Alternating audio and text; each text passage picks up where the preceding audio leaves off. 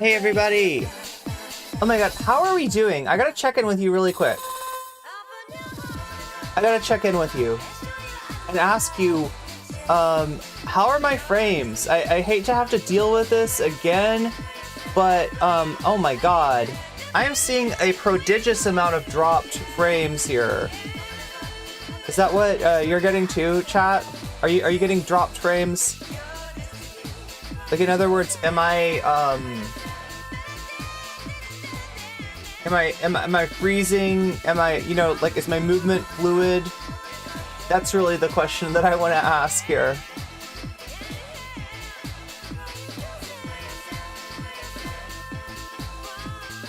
Okay, so I got one sign, the fact that you're not answering. That is a bad sign, right? That might mean that you are, like, several minutes behind me, which will make it impossible for us to communicate, which will end up with me ignoring the chat. Yay! Yay is not the correct response to that. Just see, I think you're behind though. I think that's why you're saying yay. Yeah, people just saw me come on stream. Okay, so we're not that far behind. We're not that far behind.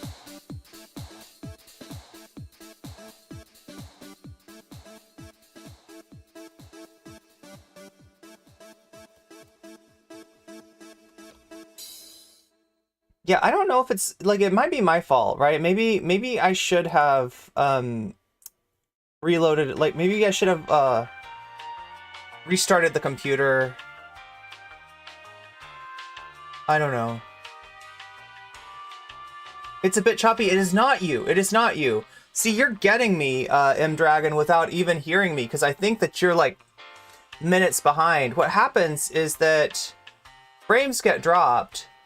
And in YouTube, what? It just like slows you down. It makes it so that you are 5 minutes ago and I am right now. So you're responding to what I said or didn't say, or, you know, that I appeared on screen 5 minutes ago, but not able to. A bit choppy. The audio is good. That is not good. Stoppy, starty for me. That is not good either. Okay, it looks, it's green now, right? It's getting better, ostensibly.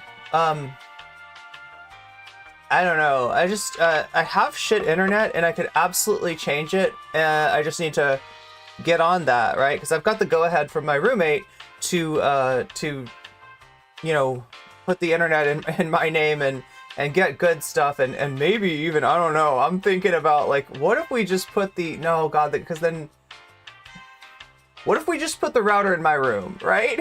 What if we just ran it from here? I do have a phone line in here, right? So I think I could run the router from my room, but I don't know. Maybe that's asking too much. Maybe that's asking too much.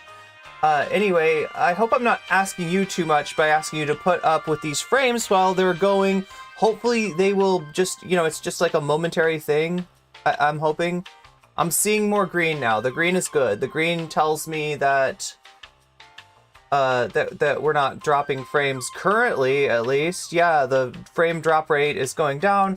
Okay, we'll just try to go with that. We'll cross our fingers and hope that this works out well. And a worst case scenario, I could probably restart the stream. If I really need to, I could restart the stream. But I'm gonna rely on you to give me feedback and let me know if that's actually necessary, because obviously it's a lot easier to just go forward with the stream. You know, we're gonna lose people if we restart the stream. It's a whole chaotic mess, but you can help me through that mess just by letting me know what you're experiencing in chat, right? Speaking about what you're experiencing in chat, I think in about, what, 6 minutes? Or 3 minutes? Or some number of minutes, you're gonna experience, if you're on Twitch, the middle of the hour ad break. Yeah, like Hassan's happens at the top of the hour, mine happens at the middle of the hour and at the top of the hour, and it's no good. It means that you get an ad forced on you, and you don't get to see what I'm doing. You miss like 1 minute and 30 seconds, which could be like a crucial 1 minute and 30 seconds. If you don't want to be in that space, if you don't want to be in that place, if you don't want to deal with that imposition, you can get a sub, right? You can do that if you have Amazon Prime for free, actually, for free. That's how much, oh my God, come on. You got to give me more local elevator than that. No, that's not local elevator. That is copyright free, though. Oh my God, what a clown. What a circus.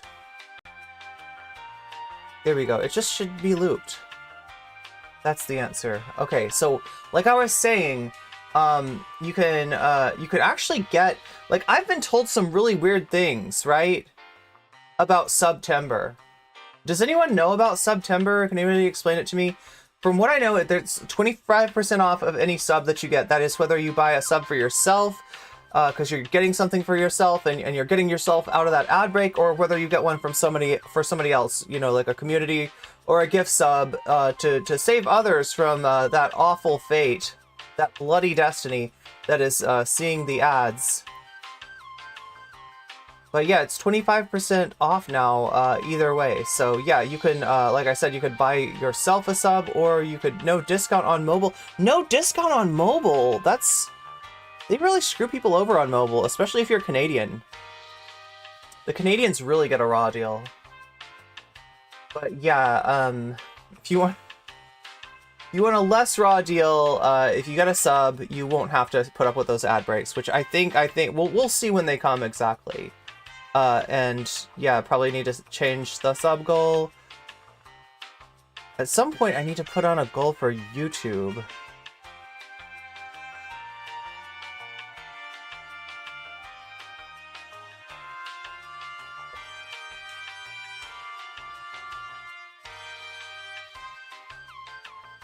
Sub goal.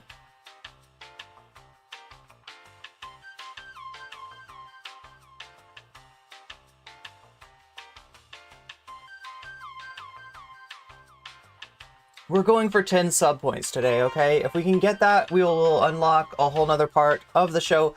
I have got so much on my backlog to talk to you about, but we'll only be able to get to it if we hit that sub goal. That is 10 sub points, which is a little bit complicated, but basically it's this. Like, a tier 1 sub is 1 point, a tier 2 sub is 2 points, a tier 3 sub is 3 points. So anybody that gets something like that, you're gonna get us to that level quicker. But other than that, it's just like 1 point, 1 sub. So we watched Walter Matheson yesterday. I feel like we got Elon in the EDL that we didn't cover. Medion and Vivek Ramaswamy that I want to cover. Joe Rogan. Talk to Bill Maher.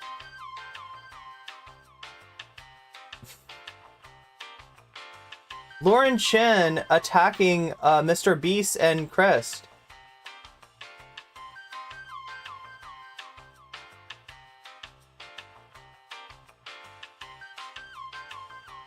Still haven't covered Burning Man. We did do Jimmy Dore versus Cornel West. Oh, there's apparently more to that, right? I was looking the other day on the Vanguard, and apparently Jimmy Dore is still coping. So there is potentially more of that. Thank you, Jules, for the request to toggle cat ears. Let me see if I can grab these cat ears. Oh yes. Oh yes, the cat ears.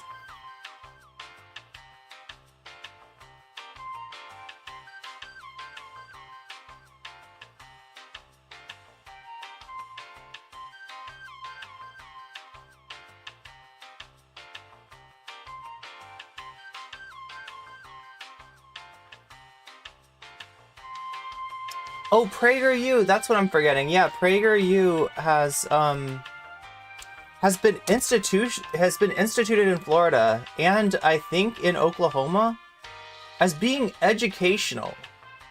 Like, you can show this stuff in class, right? With all the books that have been banned in Florida and in Oklahoma, all the stuff that's not suitable educational material, they are saying that PragerU is, and PragerU has this disgusting, like, kids version, right? Where they go back in time. It's like one of those Bible shows, right? Where they go back in time and talk to Jesus, and they're like, "Gee, Jesus, you really are turning water to wine and giving people fish. That's pretty cool." And he's like, "Yeah, I know. I'm very cool. I'm Jesus, right?" And they're like, "Yes, Jesus, right?" It's like that, but it's for like American history. And by American history, I mean like promoting essentially the lost cause. You know, promoting a a view of the Civil War that really it guarantees us that we're going to repeat history by not learning from that history, right? Because mistakes were made in Reconstruction, and black people suffered those mistakes for another, 100 years, right?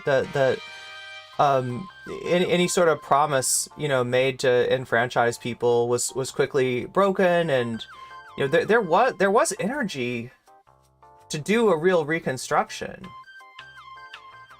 and it got pulled down by violence of people like the KKK. So anyway, that stuff gets destroyed. That stuff gets eradicated. Like PragerU is targeting those lessons with their bullshit. And then they have something with Columbus, where it's like, people say that you were bad, Mr. Columbus. Oh, well, you don't understand. The people that I enslaved were doing human sacrifice and cannibalism, right? It's so bad. It's so bad. Yeah, exactly. They justified slavery by basically calling First Nations people savages. I don't know. It's bad. So yeah, there's so much that I could get to, but I've got something really cool for you today. Okay, I think you're really gonna enjoy this. We're gonna talk about the Russian Alex Jones. And the thing about this guy is that he actually talked to Alex Jones. Like, right, so the Russian Alex Jones has met Alex Jones. Let's get a little bit of background on who this guy is. We're talking about Vladimir Solovyov, who a lot of people compare to Alex Jones. So, I don't know, is Alex Jones the American Vladimir Solovyov, or is Vladimir Solovyov the Russian Alex Jones? You decide. Все возможно, чтобы Навальный и прочая либерастня. Начнем со следующего. Во-первых, я задам простой вопрос Ютубу. Какого хрена в очередной раз не пришли оповещения? Вы так меня боитесь? Вам... So does this sound familiar to you? Oh my god, you can't see it because I'm literally in the wrong... Oh my god. That's embarrassing. Come on, get me to the right one.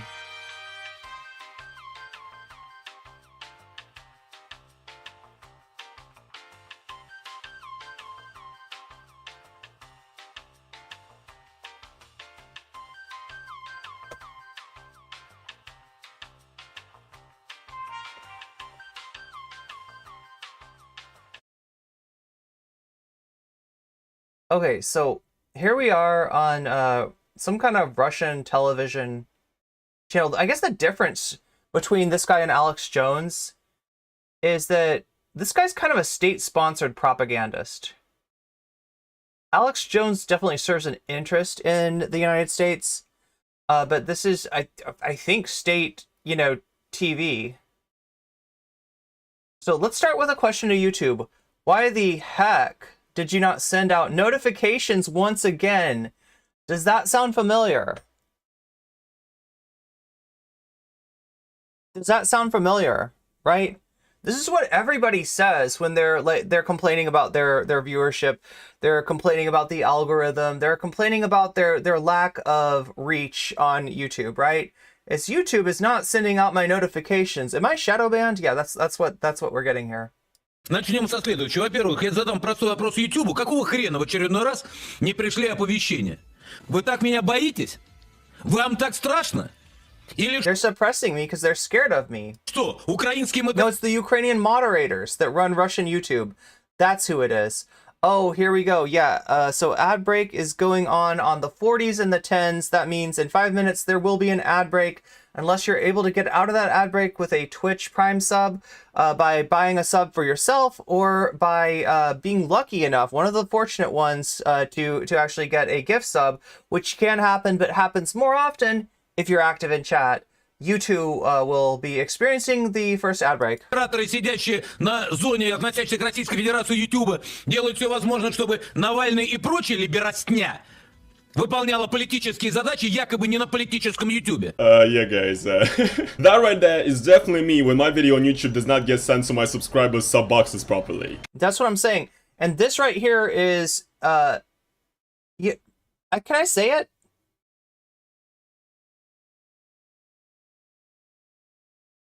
I don't know if I can say this YouTuber's name, right? His name is No Bleepers, right? NFKRZ. You figure out how that's pronounced. Given the fact that I'm kind of like not allowed to say it. Like, I mean, not allowed to, but like YouTube doesn't like it when I say this word implied by the F and the K. So yeah, that's who we're talking about. I'll just call him Roman. His name is Roman, so we'll call him Roman. He's a YouTuber. He is Russian, and I think at this point he's an expatriate of Russia, given the fact that you stay in Russia and you're gonna get called into into the war in Ukraine. So he didn't want to be a part of that, and he left. Hello Blazers, it is your boy Roman, your favorite neighborhood Russian. How you guys doing today? Welcome to a brand new video. In today's video, guys, we're gonna be talking about perhaps the worst or the craziest Russian TV propaganda journalist of all time. The only person that could actually probably compare this guy to is Alex Jones from InfoWars. You guys know Alex Jones, right? He's a very loud, very passionate man. I don't like them putting chemicals in the water that turn the friggin' frogs gay. Serious crap. The guy we're gonna be looking at today is basically the Russian Alex Jones. I guess with the only difference being that Alex Jones, no matter how crazy he is actually sort of an independent journalist, right? But the guy that we're gonna be talking about today, the Russian Alex Jones, he's a complete shill that works for the Russian government and is a tool of Russian governmental propaganda. And is actually one of the biggest liars of all time. Okay, so one disagreement I'm going to have already is the idea that Alex Jones is an independent journalist, right?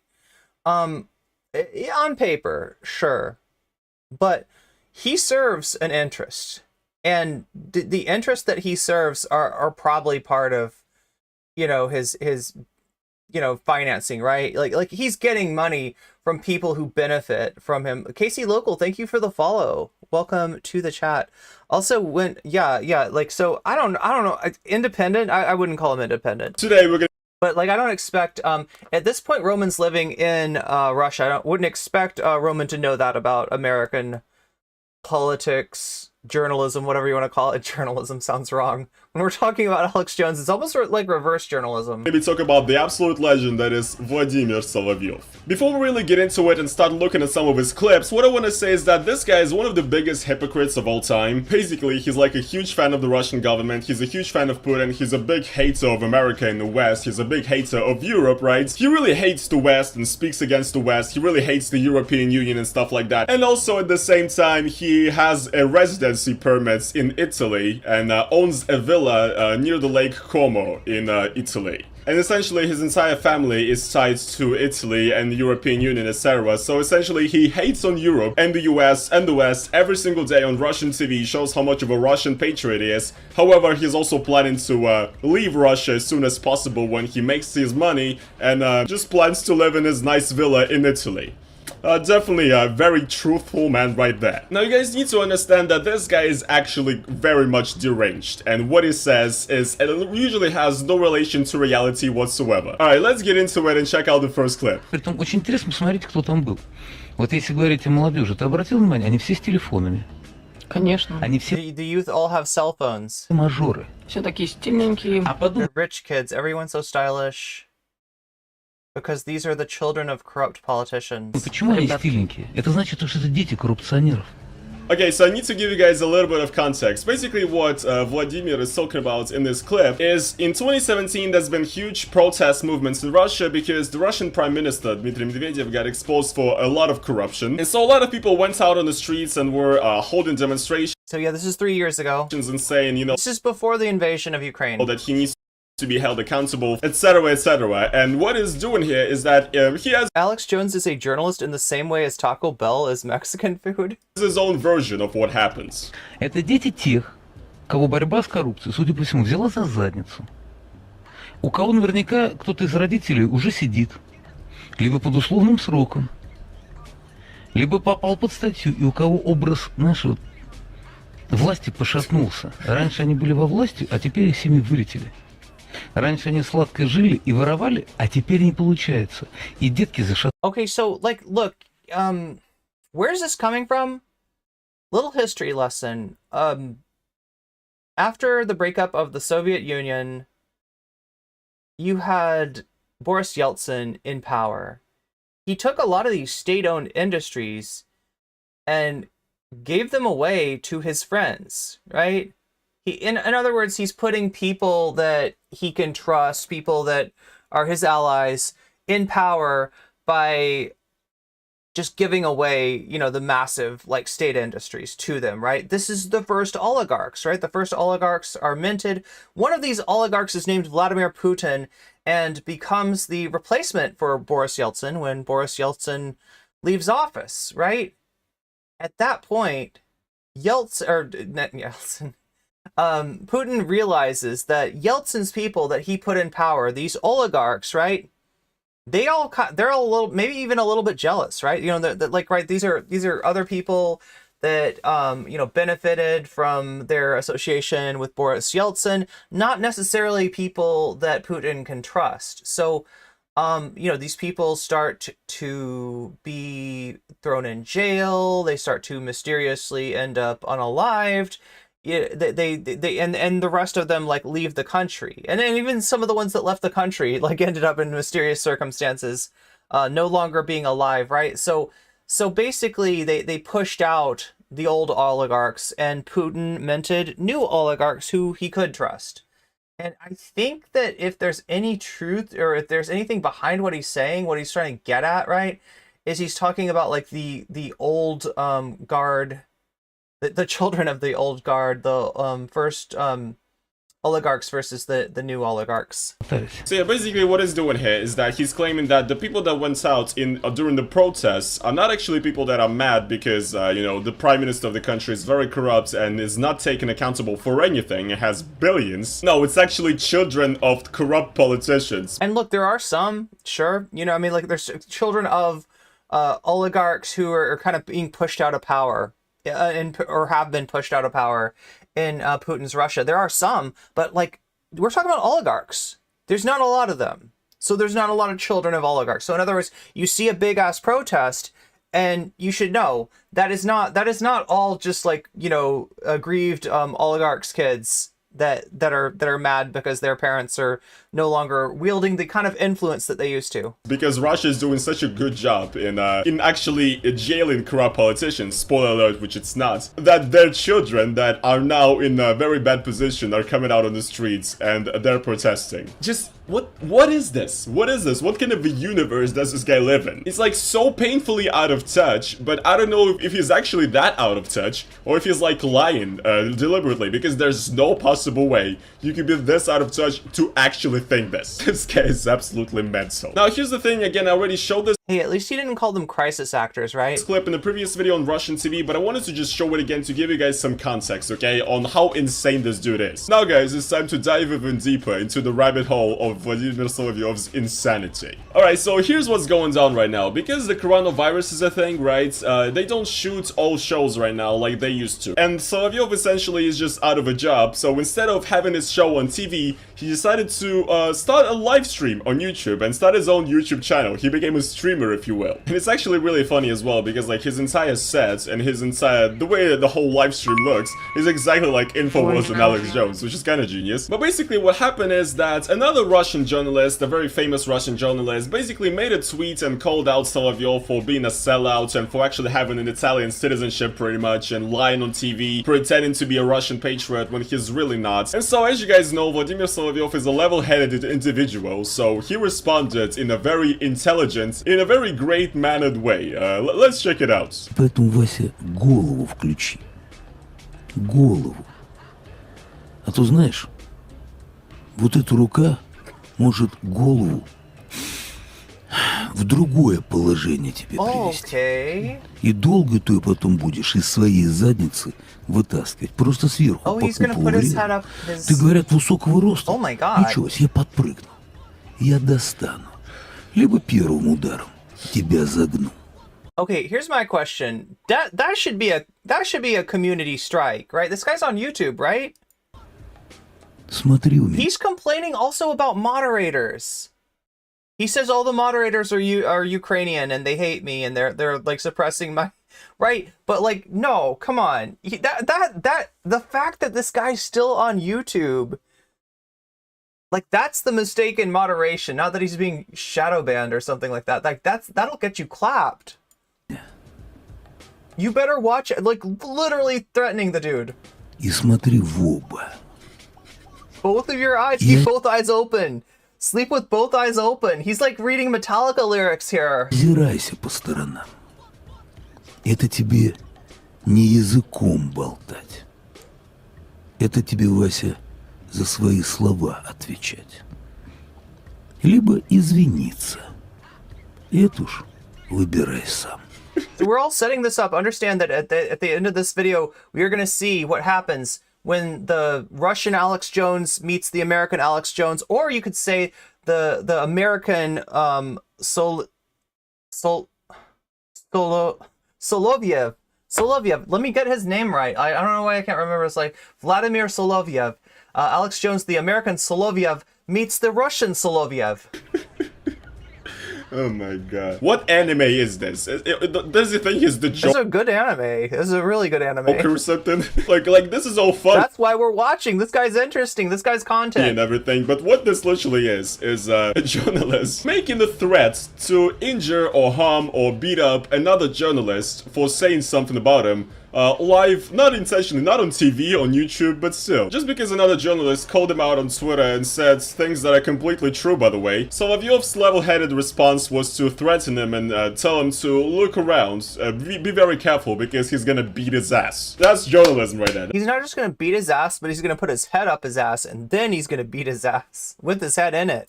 That's high-quality professional journalism, my friends. You know what, guys? I'm not gonna be actually surprised if after this video he's gonna threaten to beat up me. Although, yeah, he's probably gonna have a very hard time jumping up because he's like the Vietnamese alt-right. Do we need to look into that too? 7 feet tall and I'm 6 John foot. Oliver did a profile on the Vietnamese alt-right. So, you know, that's gonna be a bit of an issue for a boy right here. I'm just amazed, okay? Like, this guy never stops amazing me. Like, you know, being a complete liar on TV and talking bullshit for years and years on end, that's one thing, right? But actually, you're predicting a bromance. Look, Chat Alpha, you don't know how close you are there. You're so close there. Actually going as far as physically threaten people for voicing their opinion on you. Dude, you're a journalist. You shit on people all the time. То есть вечные 2% дерьма. It is gonna get romantic in a very strange way, okay? И вот эти 2% дерьма считают, что они здесь власть. You call Russian opposition leaders all these names, right? And he cannot stand it when somebody calls him a name and he threatens to beat them up. Like, threatening somebody like that is like kind of actually illegal, but this guy, you know, he knows. I mean, not just illegal, it's TOS, Trousers of Satan. Nothing's gonna happen to him because he has Putin's protection, essentially. Now, Solovyov is also known for having the worst takes regarding anything ever, and he has a hot take about the coronavirus government's handle it. Let's check it out. Американцам дали по $1200, да, но там 20... US gives people $1,200 each, but they have over 24 million unemployed people. уже там 4 или 26 миллионов безработных. Людей выкинули к чертовой матери. The people are screwed over. Ну дал ты им эти $1000. You gave a person $1,200, so what? His rent costs more than that. He also has insurance to pay. That's a joke. I mean, hey, wait, he's right about that. Also, wait, why is this not? It's showing me in one place. It's not showing me in the other place. Oh my God, there we go. MSE stream. Thank you for the gift sub to Tibald the Blue. Tibald the Blue will now not have to see ads when they come around again, which is, it's looking like in about 20 minutes, less than 20 minutes. $200. А у него Yeah, here we go, yeah. аренда дороже. Ему страховку покупать дороже. Это вообще издевательство. Важно не сколько тебе дали денег, а что ты на них можешь купить. А когда тебе под зад ногой, и ты оказываешься на рынке труда, и чего? У нас фантастически сейчас работает правительство. Не все. Но в своей основе люди... But most officials are doing the work that nobody else could ever do. Nobody. Такое, что никто не мог сделать. Просто никто. А мы что делаем? Мы вместо того, And what do? Instead of trying to understand. чтобы, проявить хоть какой-то элемент, понимания, So, he's still, this is 3 years ago, he's still kind of complaining about the protests against Putin and Medvedev. мы бьемся в истерику. We're throwing fits. What's the point? Okay. Bad. Чего вы Protesters bad. Protesters bad. Биться. You know, the topic is essentially how Russia is not providing any help whatsoever to the people during the coronavirus pandemic. Because as you guys know, in America there's this stimulus check thing going on, and certain people are getting $1,200, some people are getting less, it depends. But people are getting some sort of financial help, right? And so what our boy here is saying is that, yeah, cool, right? They gave every American $1,200, but that's really nothing, right? That's like a minuscule amount of money to any American. And he's It should have been more money. essentially saying, that America, is actually not doing shit. Those $1,200 are not gonna make a difference for anybody. And the Russian government is doing much better, right? Alright, cool. Let me actually check how much Russia is giving out as a... Yeah, I'm guessing Russia's worse, not better.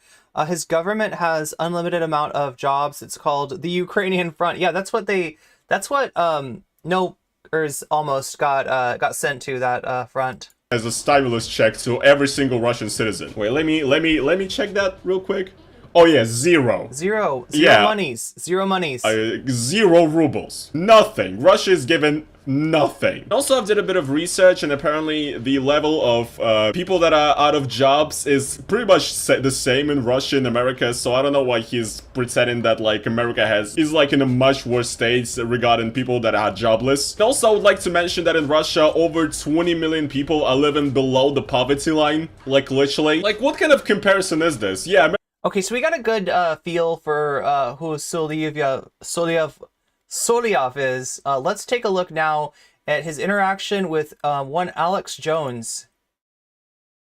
Trump is a very transactional person. So he looks at Russia, it's like Melania. He sees it as a woman. I mean, I know how Trump operates. He sees Russia as a gorgeous, beautiful woman he wants to be with.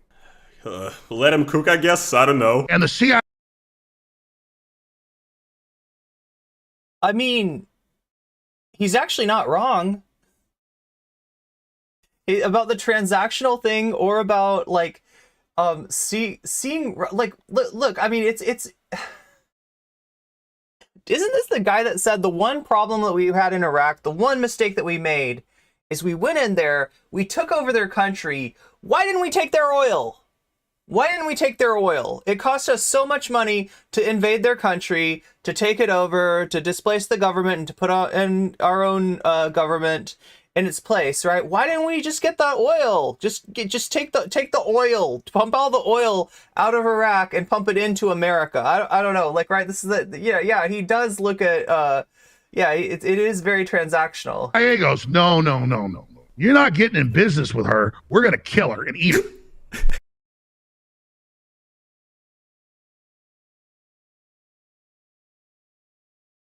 And so they're cannibals. Trump wants to have children with Russia. The globalists want to eat Russia, and they want to eat me. That's what he's saying. They want to eat my reactionary ass. eat me. So that's really to understand their mindset. They're cannibals. Cannibalism, okay. What the Yes, guys, this is not a drill. Vladimir Solovyov, the infamous Russian propaganda pundit, has just collabed with Alex Jones. I know, guys, I'm also pinching myself right now, but this is not a dream, this is real life. And to be honest, guys, this is just a Okay, so you see why he's pinching himself? He kind of called it, right? 3 years ago, he covered this guy. He said, this is the Russian Alex Jones.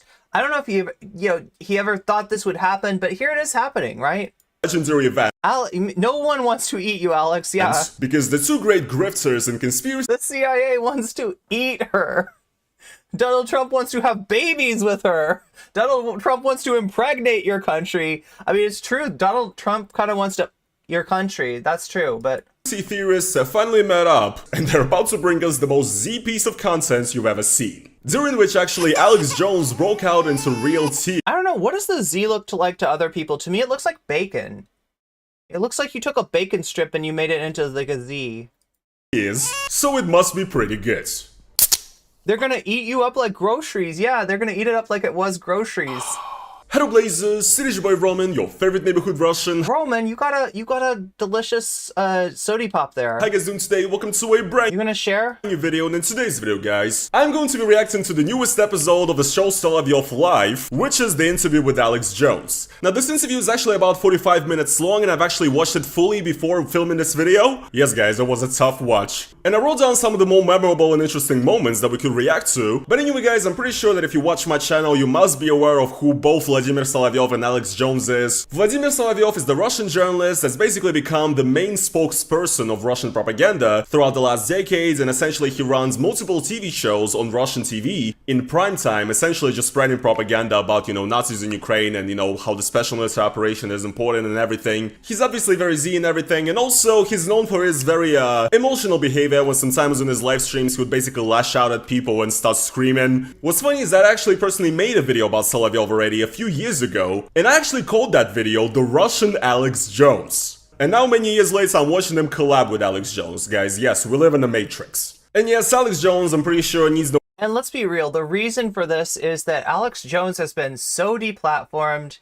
He has been sued into oblivion. As far as I know, every dime that he makes from InfoWars is going to pay his victims that he defamed, the families of Sandy Hook, right? So yeah, he's bottom of the barrel. Introduction as well. Media mogul, creator of Infowars.com, an insane far-right conspiracy theory lunatic, who also was ordered to pay almost $1 billion in damages because he claimed that Sandy Hook was actually a hoax in order to remove people's gun rights. So yeah, Alex Jones is a pretty terrible person as well, but he is a very entertaining character, much like Solovyov himself as well. They're not great people, however, they are able to provide us with entertaining clips here and there, But anyways, guys, if you do appreciate how much pain I have to go through in order to film these videos, and by pain, of course, I mean watching 45 minutes of Solovyov speaking. And if you guys appreciate what I do on this channel, then you can support me additionally by going... Oh yeah, I should probably mention that too, right? Listen, I don't usually cover Alex Jones, and there's a very specific reason for that, right? It's probably not good for monetization. As far as me staying monetized, even if I don't say the F word, even if I don't talk about my P word or like do any of the normal things that get me demonetized, I'm probably still not gonna stay monetized for this. So if anybody wants to offset that with memberships, with super chats, or with gift subs on Twitch or whatever, I would be most appreciative, because yeah, I'm doing this for the memes. Exclusively for the memes. To the links down in the description and becoming a YouTube member, or doing a super thanks underneath this video. And now guys, that the e-bagging is over, let's get right into it. Very good morning to you. It's definitely a It's good to pleasure. be here while we're Okay, now I've never heard this man speak English before. That was another thing. That was another thing that I was surprised by, that he conducts this interview without a translator. still. It's good to be here while we're still alive and not dying in nuclear war. Look, both of you guys have way worse things to worry about Again, Donald Trump, the peace candidate, than right? the nuclear war. And I mean like personal consequences, not just some big world extension event, okay? Basically, we live in hell. So finally, our job is try to stop it coming on Earth for everyone. But you're doing it from your side. You're telling people what you believe in, and you're blamed for that. You've been canceled.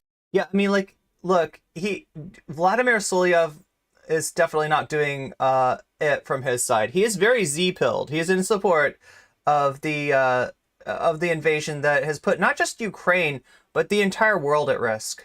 From whatever platform there is in the United States, and they still cannot close you. Yes, guys, so these two are gonna be the major themes they're gonna be discussing in this entire podcast. Essentially, Alex Jones and Solovyov in this video are going to be claiming that their goal is to stop World War III from happening and to stop a war between Russia and America happening, and essentially that they're both actually working for peace. Alex Jones doesn't want America to fund Ukraine. Solovyov wants Russia to take over the entirety of Ukraine. It's a real meeting of the mind.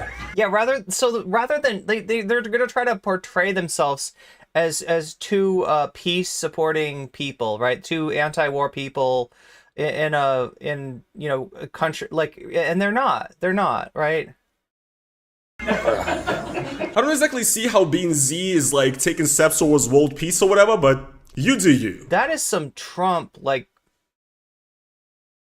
like logic pretzel right there. And another major point that of course they're gonna be talking about in this video is cancel culture and how Alex Jones got banned just for telling the truth. When of course we all know that Alex Jones got in trouble for not telling the truth but actually lying about a terrible tragic event. There's a lot of them just saying redundant stuff about cancel culture over and over again in here, so... Well, I love our republic and I'm proud to be an American, but I have to be honest, I live in an occupied globalist country with corporate oligarchs like Klaus Schwab and Bill Gates in control, and they are arresting everybody, they have dissolved our borders, they are annihilating us. And so America, major polls show 80+% are against war with Russia. We know that George Soros and others Look, everybody's against war with Russia. That would be ridiculous. Like, war, look, I'll go one step further. I'm against war with China, okay? In general, I'm against war, right? I mean, like, there's obvious, like, exceptions historically speaking, but yeah, like, the kind of wars that the United States tends to get involved in, I am very much against, right? And obviously a ridiculous war that I think even people in the State Department, you know, don't want, because war with Russia, war with China, you know, you're talking about a massive world disaster. The war 9 years ago. Do we know that? Do we know that the reason why the war started in 2014 was George Soros? It wasn't Igor Girkin. Are people not aware of who Alex Jones is? I don't know. No, it was George Soros. He was in there, taking over police stations and army bases in eastern Ukraine. George Soros, you проказник такой, это проказник. And the average American understands this is your back door, this is your homeland, this is where Russia... This is your back door. Again, considering what he just said about Russia being a beautiful woman and Donald Trump wanting to take that woman, the fact that he describes Ukraine as Russia's back door, more than a little bit disturbing. Started was in Ukraine. The average American is not with NATO. We are not with the globalist.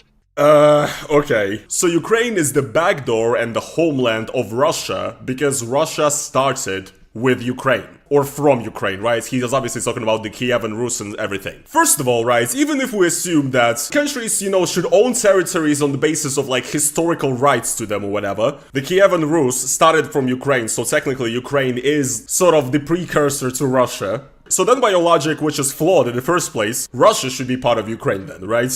I mean, what is this? And obviously, of course, even though Ukraine and Russia have common roots, these are countries that have, you know, grown... Yeah, I mean, like, if you really want to take it that way, it sounds more like Russia should be part of Ukraine, but... grown apart through centuries and centuries. They had their own history, their own traditions, their own languages. It's not the year 900 anymore, you know? And I'm not saying the Russians are perfect. Nobody's perfect. But we stand against nuclear war, and we stand against the Nazis that have launched the attacks in Ukraine. And so we have to tell the truth. But you don't stand against the Nazis that are whispering in Putin's ear. You don't stand against Dugin. You don't stand against the Nazis and the Wagner group, right? You don't. Yeah, I mean, I guess the Wagner group is less influential now that Prigozhin's been liquidated.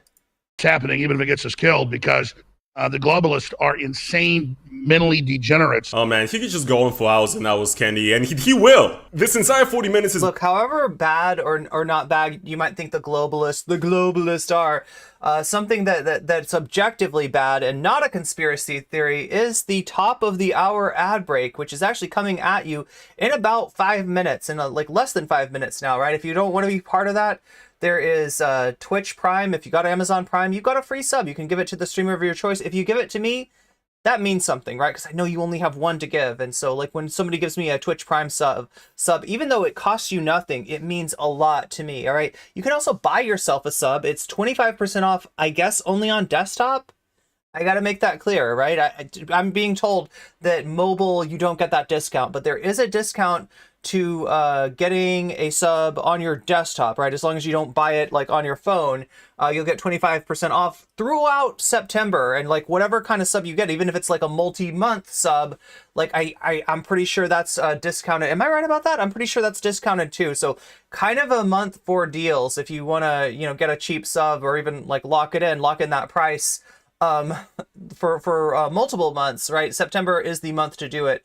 You could also possibly be given a gift sub, if you can't afford one for yourself and you don't have Amazon Prime, you might just get one anyway, just for being a good chatter, just for being active in chat, because somebody, no doubt will see you. They'll see they'll be able to recognize, through Twitch that you don't have a sub, and you might just get a free one. So there's that too. Basically gonna be him repeating the same thing, that America is stolen by the globalists, and that the people in charge don't represent like real truth and freedom in America, and that they're trying to lock Trump away to stop America from being free. And he's also spreading Z talking points at the same time. Great job, great job. Yeah, Raven, I think we all just want peace in Ukraine. Like they need to come to the table and end it. And they are so used to wielding American power of the country they've hijacked, like hijackers that take over an airplane, that they're flying. The problem is that when one country feels like it's, capturing objectives, right? And right now it seems like, Ukraine is kind of pushing. There's like more of a reticence to actually go to the table, and also from, Russia, they both want to, the times that they want to sue for peace tend to be different, and that's the difficulty in bringing a conflict like this to the negotiating table. The American airplane into the building like 9/11 that is Russia. What does that mean? What kind of parallel is this? What does that mean, Alex? Wait, what? Okay, next point. Let's move on. I just want the Russian people to know that just like you had oligarchs, and we stand against the Nazis that have launched the attacks in Ukraine, and so we have to tell the truth about what's happening, even if it gets us killed, because the globalists are insane, mentally degenerates. Oh man, he could just go on for hours and hours, Candy, and he will. This entire 40 minutes is basically going to be him repeating the same thing, that America is stolen by the globalists, and that the people in charge don't represent like real truth and freedom in America, and that they're trying to lock Trump away to stop America. Oh my god, they're trying to lock Trump away, even though I did everything right and they indicted me. Seriously. America from being free. And he's also spreading Z talking points at the same time. Great job, great job. And they are so used to wielding American power of the country they've hijacked, like hijackers that take over an airplane, that they're flying the American airplane into the building like 9/11 that is Russia.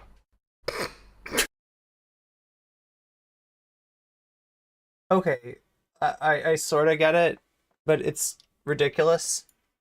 What does that mean? What kind of parallel is this? What does that mean, Alex?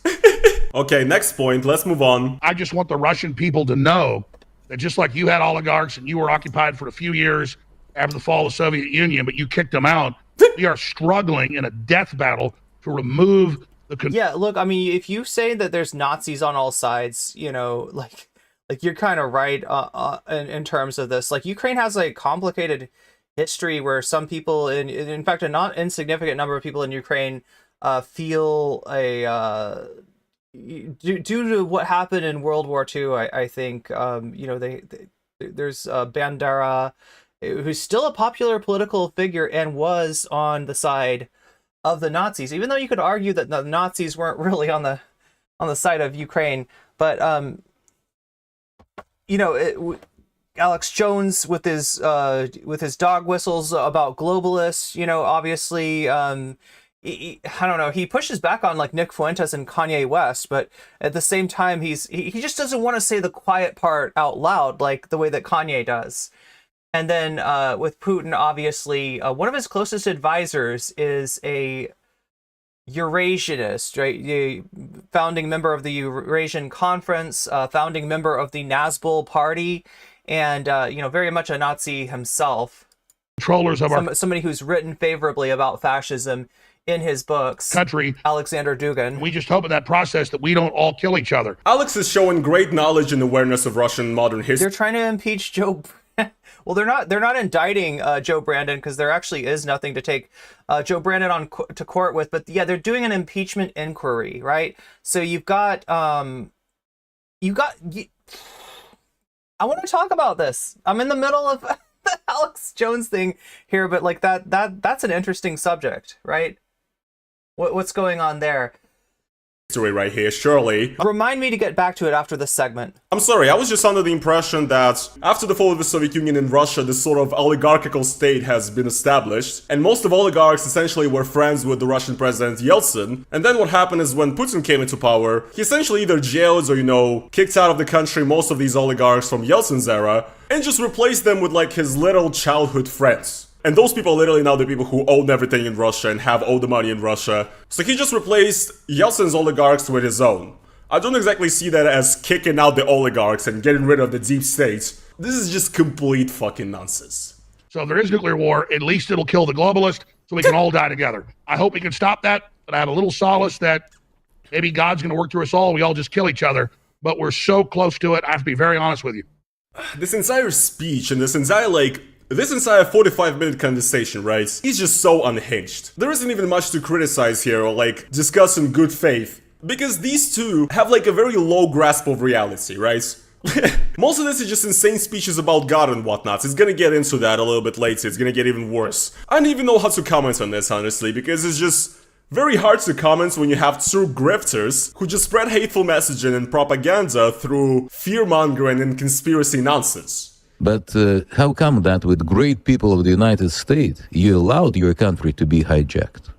How come that people that are good Christians, that are hardworking people, great nation, how come that people like Blinken, Joe Biden, it looks like they're much more interested in putting whatever taxpayer dollars they can for the benefit of the Ukraine to launder money through the Ukraine back to the families. A little bit of a pot calling the kettle black here, but one thing I do want to point out is that Solovyov's English is actually pretty good. And actually what I find funny is that he's consistently Z in both Russian and English. You know how in Russian, essentially there's two ways to say in Ukraine. You can either say v Ukraiне or na Ukraiне. And the form na Ukraiне is essentially considered to be sort of offensive for Ukrainian people because it basically kind of implies that Ukraine is not a separate country and it's kind of like a region. I personally choose to say v Ukraiне, for example, but in Russian propaganda you will always see na Ukraiне. And in English you have that as well because it used to be that you had to say the Ukraine in order to be grammatically correct, essentially, and now you don't really have to anymore, and it's actually kind of considered offensive as well. And Solovyov says the Ukraine, so yes, even in English he's just as Z as he is in Russian, so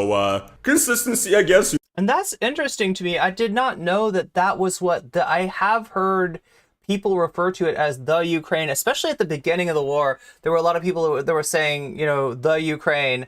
I didn't realize that what that was essentially saying the part of Russia known as Ukraine, right? That was like a way of kind of denationalizing what it has been, a nation ever since they split off from the Russian Federation.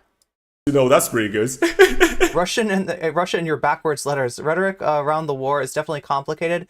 I'm used to interpreting wanting peace as a pro. That's true. You will hear that a lot of times from your Jimmy Dores, from your Trump supporters, right? I mean, this is the dirtiest trick that Trump pulled was to call himself the peace candidate, right? And for a lot of reasons, right? Foremost being that the Democrats often go along with Republican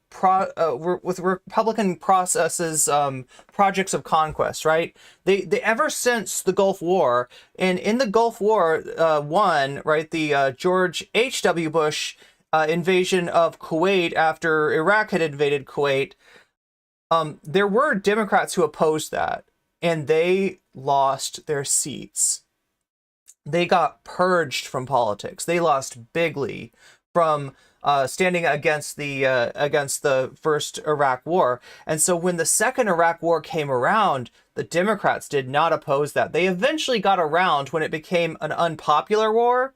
That's how the Democrats retook the House in 2006 with, because of what a mess George W. Bush had made by invading the entire country, toppling their government and trying to replace it with a government that was friendly to us but unpopular to the Iraqi people. So the Democrats have gone along with a lot of these projects. So you know what I mean? It makes it more plausible to say that, well, Trump is an outsider. He's not like a George W. Bush Republican. He's pro-Russian, and Russia is an enemy of the United States. And if you're pro an enemy of the United States, that's kind of like being for peace. You're like, hey man, we got no problem with you, Putin. And the reason he's got no problem with Putin is because Putin is also a fascist. Putin is also a reactionary. Putin has hate for the same people that Trump has hate for, right? That's why, you know, and also more likely he would rather go to war with China. This is the thing. This is what sucks about the United States foreign policy, right? There are two mindsets at work. One is, let's be dovish on China and hawkish on Russia. And the other is, let's be dovish on Russia and be hawkish on China. And it's like, you know, these are both really, you know, dangerous, you know, bad policies. You know, there's so much carryover from the Cold War, like the idea that, like, you know, we're going to still just like keep the Cold War.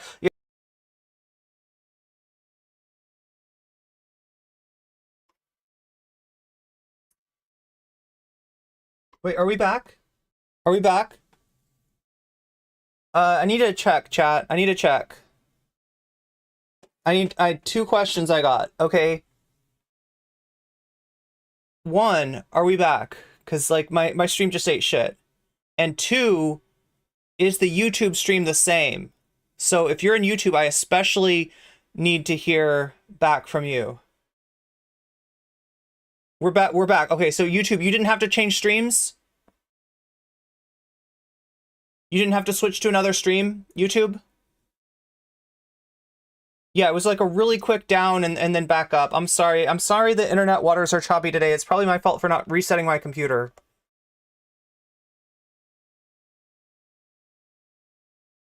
We were taught we were bad. And then we were taken over by globalist, woke, leftist, transgenderism, LGBTQP, Satan. So there's another connection between the fascist elements within Russia and the fascist elements within the United States. Did you hear what he said? He said LGBTQP. He's throwing PDF file on that list. And this has got a parallel in Russian propaganda. When they talk about liberals, when they talk about people who oppose Putin, you know, on social issues, who oppose Dugin on social issues, because Putin has very much become like an anti, you know, SJW reaction. That's a big part of his politics too, right? And the idea that the West is forcing gayness on Russia. Gayness is not natural to Russia. It's the West. The gay, they're making people gay in Russia. It's not that Russia people happen to be gay, right? But so in Russia, there is a term that is called liberast, right? They will call progressives and liberals liberast, right? And it's a combination of the word liberal with pederast, right? It's, you know, it's like the same sort of thing. Brainwashing. Boy, so, once again, like I said for many years at this point, the American far-rights, American conspiracy theorists, QAnon, etc., a lot of their rhetoric actually closely coincides with the rhetoric of Russian propaganda. This is precisely why we see these two together, because their agendas match up right now. And this is the precise reason why a lot of the extreme conservatives in the West like to support Putin and, you know, essentially be Z, because in their eyes, Russia is this awesome conservative country and Putin is this sort of like defender of freedom and conservative values. I've talked about those kinds of people in my video called Stop Idolizing Russia many years ago. A classic at this point, right? So yeah, and that was essentially Alex's response to Solovyov's question asking, what happened to America? And shortly before this, they were actually talking about Trump being arrested, being the sort of, you know, part of this entire huge plan. And I just want to say, you know, what really happened, Alex, is that in America, the courts actually work, and the people in power can be held accountable for their actions. In Russia, for example, the leader can... Look, including Hunter Biden, right? You know, Hunter Biden's got a new trial going on, right? And you're like, if he did violate the law in some way, he's gonna be sentenced for that. Like, I did everything right and they indicted me. That's right. Not be charged for anything in any way, and essentially enjoys being above the law. So no, Trump being charged is not a sign of censorship, but it's a sign of a working democracy, stopping the attempts to subvert that exact democracy. We have disconnected megalomaniacs that make Caligula or Nero or Hitler look sane. This just in, guys, Alex Jones claims that Joe Biden is on the same level as Yeah, him. Chad Alpha brings up an important point, right? We don't know yet if the courts will work. In general, the United States has a problem with its courts, and that is, if you're marginalized, if you're disenfranchised, right, you are going to be subjected to a harsher form of justice. You are more likely to be convicted of something that you didn't actually do. And if you look at the way that the plea system works in the United States, there's a ton of innocent people pleading guilty in order to get themselves out of the possibility of a really severe sentence, right? They'll basically charge people with so much that the price of going to trial and losing is like, you know, losing half of their life, right? And they'll say, oh, or you could plead guilty and here's a 10-year sentence, here's a 5-year sentence, or whatever. So there is a real problem with the United States, both in terms of attacking innocent people, particularly black people, particularly POC in the United States, and letting people like Trump go, you know, scot-free. Trump, his entire life, has been involved in legally dubious actions. And the fact that he hasn't really faced serious consequences for it, the fact that he's ripped so many people off, like he has this policy of making a deal with somebody, and that deal says, you provide this service for me, and I will pay you this money. And the person provides the service for Trump, and the money never comes because Trump is like, I mean, you can't really make me pay. And I'm like, you know, he tries to get out of paying people. I mean, that's not necessarily like a criminal charge, right? But he's made people lose their business from this kind of stuff. Like, right? He is predatory when it comes to business, and yeah, just skirting the law on so many levels. And yet, you know, because he's white collar, because he's wealthy, because he's a capitalist, he hasn't really faced any consequences, right?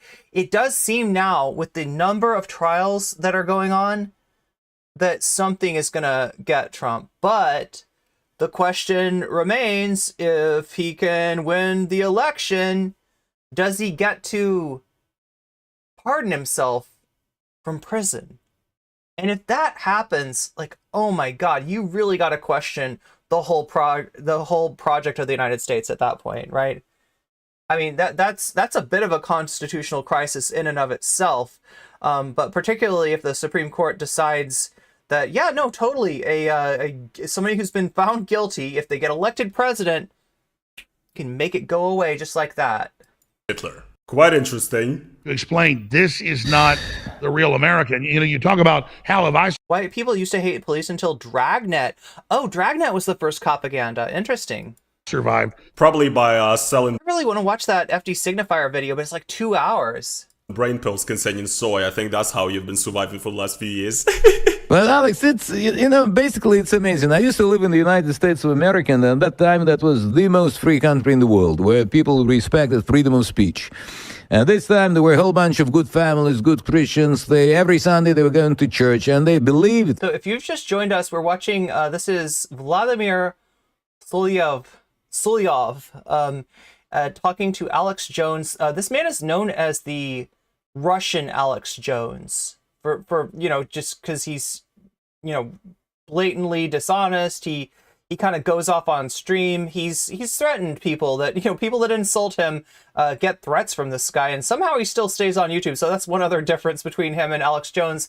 Alex Jones has not been able to stay on YouTube, and in fact, even covering him is a little bit dangerous for me, like in terms of I am not expecting to stay monetized on this stream. So anything that you can do to help offset the fact that I'm not going to get any, you know, I mean, the ad money is tiny at my level anyway, but I'm definitely not getting any ad money today. But I had to cover this because this is just such an extreme shit show. That God loves America, and they believe that their job is to bring good to the world and freedom to people. But yeah, we're setting up for finding out what brought Alex Jones to say that Russia is like a beautiful woman that Trump wants to sleep with. Like, right? Why did he say that, right? We're working our way. We got the teaser in the beginning that's what he ends up saying. We're watching this video to find out, why did he say that? What did he mean? What is he talking about? 30 years later, in the United States of America, you cannot say shit. If you say something that you believe in, you have a problem with it. Oh no, not music, not music. Some weird sound design going on over at the Solovyov studio. So yeah, here they essentially start bitching about cancel culture some more, and you know, it's pretty redundant. They say the same thing over and over again essentially, and of course, Alex Jones says that he's been destroyed for telling the truth. So we're not gonna look at this too much. That's why I'm here telling the Russian people, we know you're not expansionist. We know you're not attacking us. The average American polls show 80% don't want war with you. And we are sorry our country's been hijacked. We know you're not expansionist. What are you talking about? They just invaded Ukraine.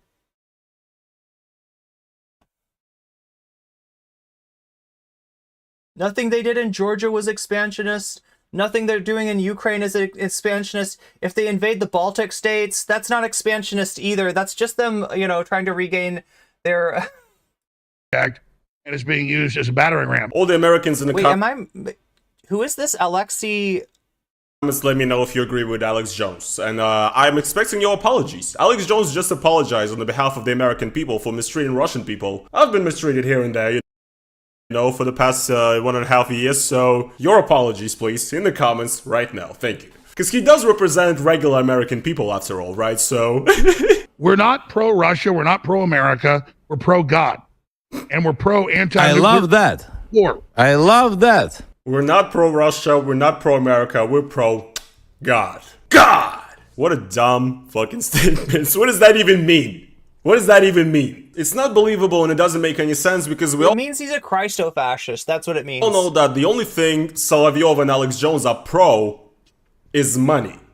But the only thing that I'm pro is warning you that we've got an ad break coming up here in, what is it, like, oh my god, I feel like I'm giving you the warning too early.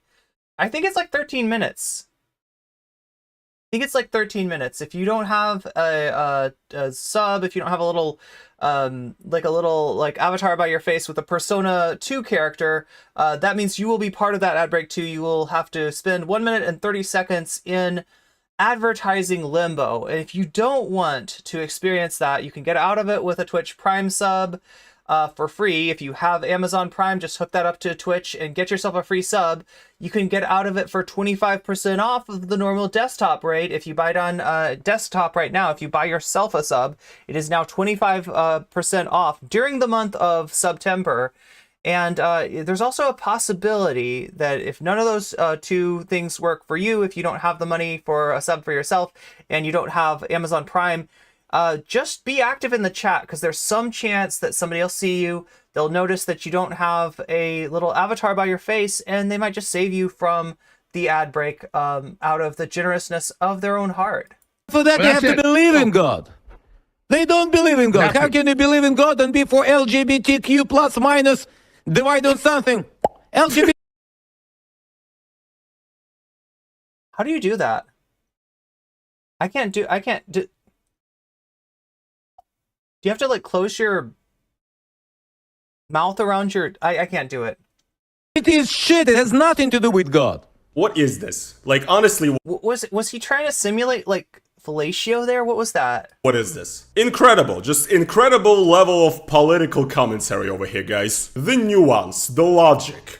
I love it all, you know. People on the right, they do love facts and logic, and that's exactly what Solovyov is bringing to us, just facts and logic. Who can we talk to? There is no one in the American political circles whom we can trust. Look at those old guys that are in Senate. They're insane. Mitch, that doesn't know where he is right now, what age it is, and what century it is. I mean, another one that's kind of ironic, I think. Yeah, Russia. That's the problem with the LGBT community, is there's too much math, right? LGB to the power of T plus or minus the square root of QIA, right? That's too complicated. course, is a country that is And I think that's the joke he's making, is that it sounds like a complicated math equation to me, my dude. very famous for having, very young, capable leaders. The Russian president is very young, some fresh blood. The State Duma and everything, the leaders of all the parties, all very young people that definitely know what's going on in the world, guys. How is he saying this without seeing the irony? I mean, this is absolutely unbelievable. But the other second, it's like, oh, no, we cannot do that. No, we have to be politically correct. No. I have nothing to do with moose and squirrel. Yes, we hate Russia. Of course, we'll support Ukraine. Yeah. Well, yeah. What is this? Look, it's ridiculous to be anti-Russia because you do still get this from some people, right? Of treating Russia like it's the Soviet Union. It's also ridiculous to be pro-Russia because you think it's the Soviet Union. It is very much not the Soviet Union. The Soviet Union had its problems. They are very different problems, although you could say, in terms of, the outsized, you could make a comparison between the oligarchs and, people with influence and power in the Soviet Union, right? But there's no real through line. People will say it's Putin because Putin was worked for the KGB, but in reality, these are two very different entities, right? And the people that miss that, both on the side of supporting Russia, supporting Z because they are, they're leftist and the Soviet Union represented something to them. They're pretty ridiculous too. The level of commentary. I mean, I'm watching this and I literally feel like I'm sitting in the kitchen in the commie blog arguing with my drunk Z uncle about politics and whatnot. It's just, what is this? Who is watching this? Honestly. How is it possible in the country that said freedom of speech is our main and the most important Oh my god, Computer Bailey, thank you for the resubscribe. That is 3 months for you. characteristic feature? What kind of power they have?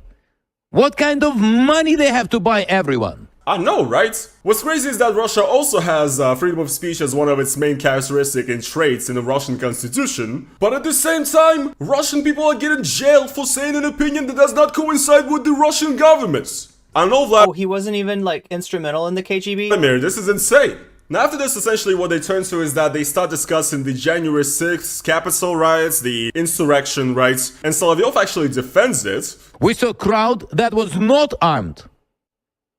How can it be called riot? Yeah, I would say that, honestly, and it's ridiculous for me, who is not a capitalist, not a big fan of the State Department, not a big fan of hierarchy in general, if you know what I'm saying, right? It's weird for me to be saying this, but were I in the place where I had the power, I would feel a lot more comfortable negotiating with,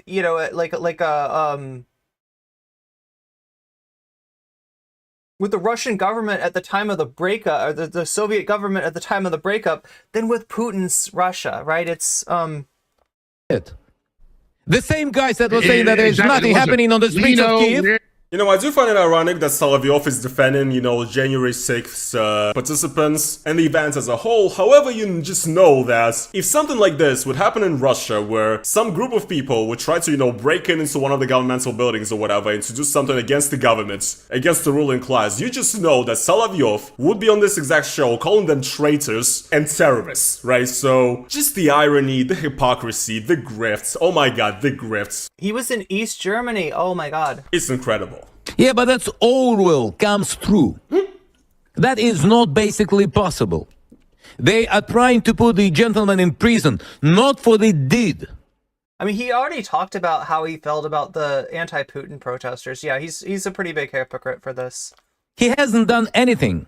There is nothing that has been done by him, but for his thoughts. That's incredible. That's the new level of totalitarianism. That is no longer freedom. That is no democracy. Look who's talking. Look who's talking. Oh my god. And you just know there's gonna be a bunch of red-pilled people that are gonna watch this, who are completely unaware of what's going on in Russia, right? And they're gonna be like, holy shit, this Russian guy is speaking Wait, when the communists were gonna win in parliament and Yeltsin bombed the parliament? Okay, so this is, yeah.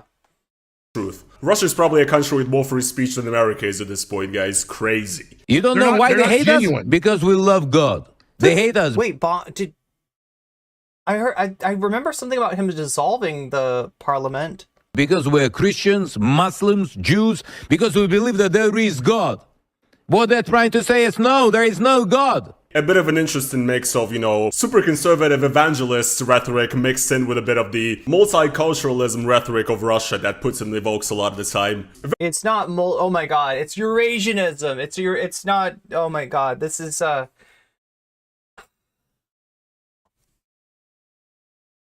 Very interesting. I love seeing this, you know, blend of shit. The control is what I read about supposedly happened in the Soviet Union. I don't know that actually happened. I just know we're living under what I read about. What I read about over there is happening here. But yes, guys, America is definitely on the level of the Soviet Union right now with all the repressions going on. Who the fuck is Stalin anyway? Biden. Now that's the biggest tyrant the world has ever seen. That's right. This isn't a game. And that's why our president is saying, sorry guys, but they won't. Wait, what do they call him? The right wing calls him Joseph Stalin. Like they have like a t-shirt that's like Biden in Stalin's uniform with like dark Brandon eyes, and it's Joseph Stalin. Be gay marriages in Russia. We don't care what you do in your bedroom, but we know what family is. We don't care what you do in your bedroom. Yeah, right. Should be father and mother, not parent number one and parent number two. Yeah, this guy literally thinks that like gay families are like bananas in pajamas. B1 and B2 taking care of the teddy bears. There should be one parent because the other parent died on the front line. That's what's happening. Yeah, there we I go. think. At least the Russians aren't rolling over to this. And I admire that. And that's why I'm here. I'll be attacked 10 times worse for this. I don't care. I'm telling the truth. I'm going down with the ship. So I'm telling you folks, they're coming for your children. They're coming for your life. They're coming for everything. They're coming to make you watch an ad in exactly 2 minutes here. They're coming for your eyeballs, right? So if you don't want your eyeballs taken away from the stream, if you want to stay in the stream, you got 2 minutes to buy yourself a sub, to use a Twitch Prime to get yourself a sub, or to possibly be gifted a sub if you're lucky enough that you're active in chat and somebody sees you and takes pity on your soul. The game. This is fucking unhinged. This is just absolutely insane. Just, again, what is parent 1 and parent 2? that to comment on? That's not, you're absolutely right. That's not about politics. That's about existence of humanity as such. That's not the war between Russia and America. It's the war between God and Satanists. I want to say this. So yeah, they essentially just start bitching about the LGBT and transgenders for a while after this as well, and essentially, yes, they say that the modern American leadership, you know, the deep state, etc., they're all basically just Satanists that want to destroy the world, destroy the entire human race, you know. And the truth is, of course, that these Satanists don't exist. And in reality, the people like Vlad or Alex would be the ones taking your lives away and taking your rights away. Because, I mean, you can already see these guys are not very happy with criticism, because any criticism of them is an attack on free speech. So they will use this argument of free speech to take it away from you. These people want fascist tyranny, and the only reason why is because they hope that they will be the ones pulling the strings and deciding who gets to live or die, whose life abides by the rules of gods or not. And this is precisely why we should never tolerate the intolerance. You know, Alex, we have a saying in Russia, if God is with us, who's against us? Okay. So look, like, there is like an independent thing in which Putin uses the church in Russia as one, I guess you'd say, like a pillar of his power, right? That is part of what his power rests on. That is part of what he appeals to, is this sort of traditionalist, Orthodox branch of Christianity that was suppressed under the Soviet Union. But when he says, if God is with us, who can be against us? Like, this is somebody who's done some research on American evangelicals, the American right, and he knows the buzzwords to say, right? And on some level, you know, like he's, you know, speaking English in this interview, he's talking to Alex Jones. Maybe this is an attempt to garner some sort of a small American audience on his part. I can't tell for sure. So Shakespeare gave me a wiki article about the 1993 Russian. Oh, I didn't realize this was in 1993. Wait, the dissolution of the Soviet Union. Yeah, we got an ad break. The dissolution of my audience right there. Dissolution of the Soviet Union happened in 1991. In 1993, a constitutional crisis arose in the Russian Federation from a conflict between Boris Yeltsin and Russia's parliament. So that's what Shakespeare was saying. The communists won a majority. President Yeltsin performed a self-coup, dissolving parliament and instituting a presidential rule-by-decree system. The crisis ended with Yeltsin using military force to attack Moscow's House of Soviets and arrest the lawmakers. It's known as the October coup or Black October. So apparently, after Yeltsin had assumed the presidency of the newly formed Russian Federation, after the dissolution of the Soviet Union, the coup, of Gorbachev, the 1978 Russian Constitution was still in effect at that point, right? Yeltsin began assuming increasing powers, leading to a standoff with Russia's parliament.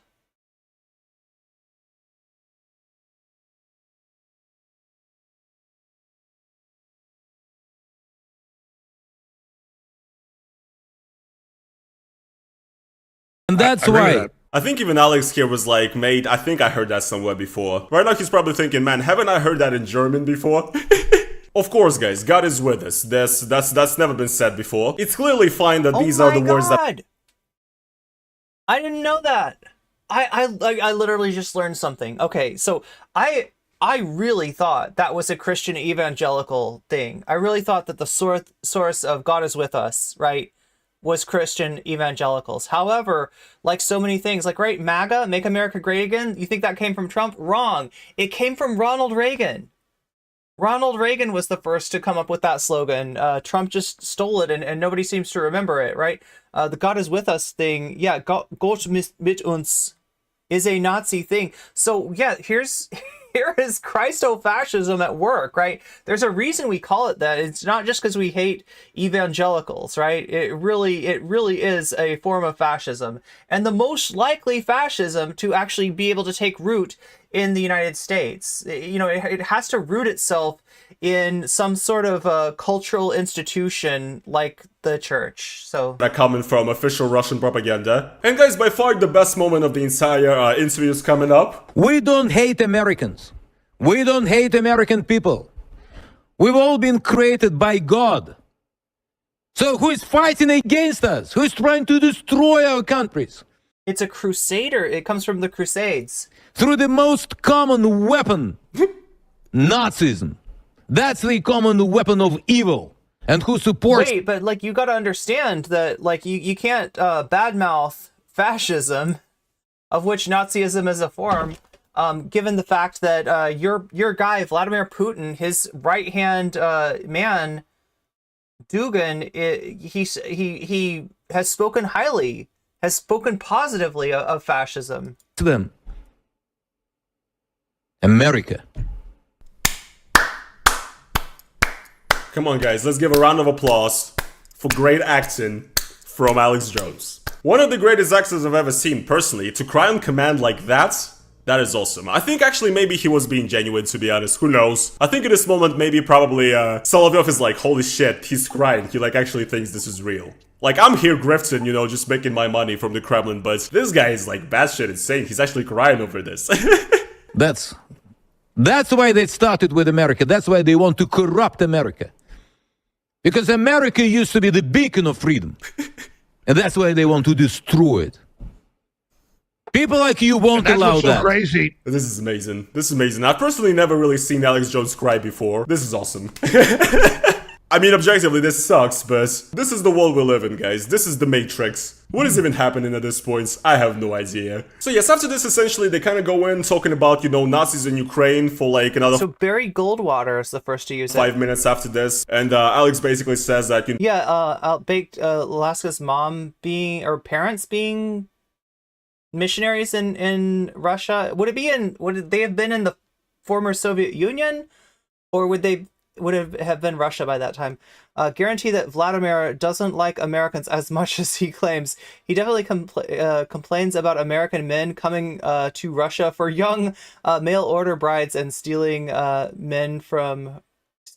women from Russian incels. So Russia is basically justified in everything that it's doing, and that these globalists that are trying to destroy America are trying to destroy Russia and America by using Nazis who actually come from Ukraine and America. They're like working together. I mean, I don't know, it just makes no fucking sense. It's literally like hearing two drunk uncles talk politics. Complete gibberish. But I do want to show a couple more funny moments from this interview. And if you say something that's annoying about both American culture and Russian culture is that even though both nations had an existential struggle against fascism in the form of Germany in the 30s and 40s, right?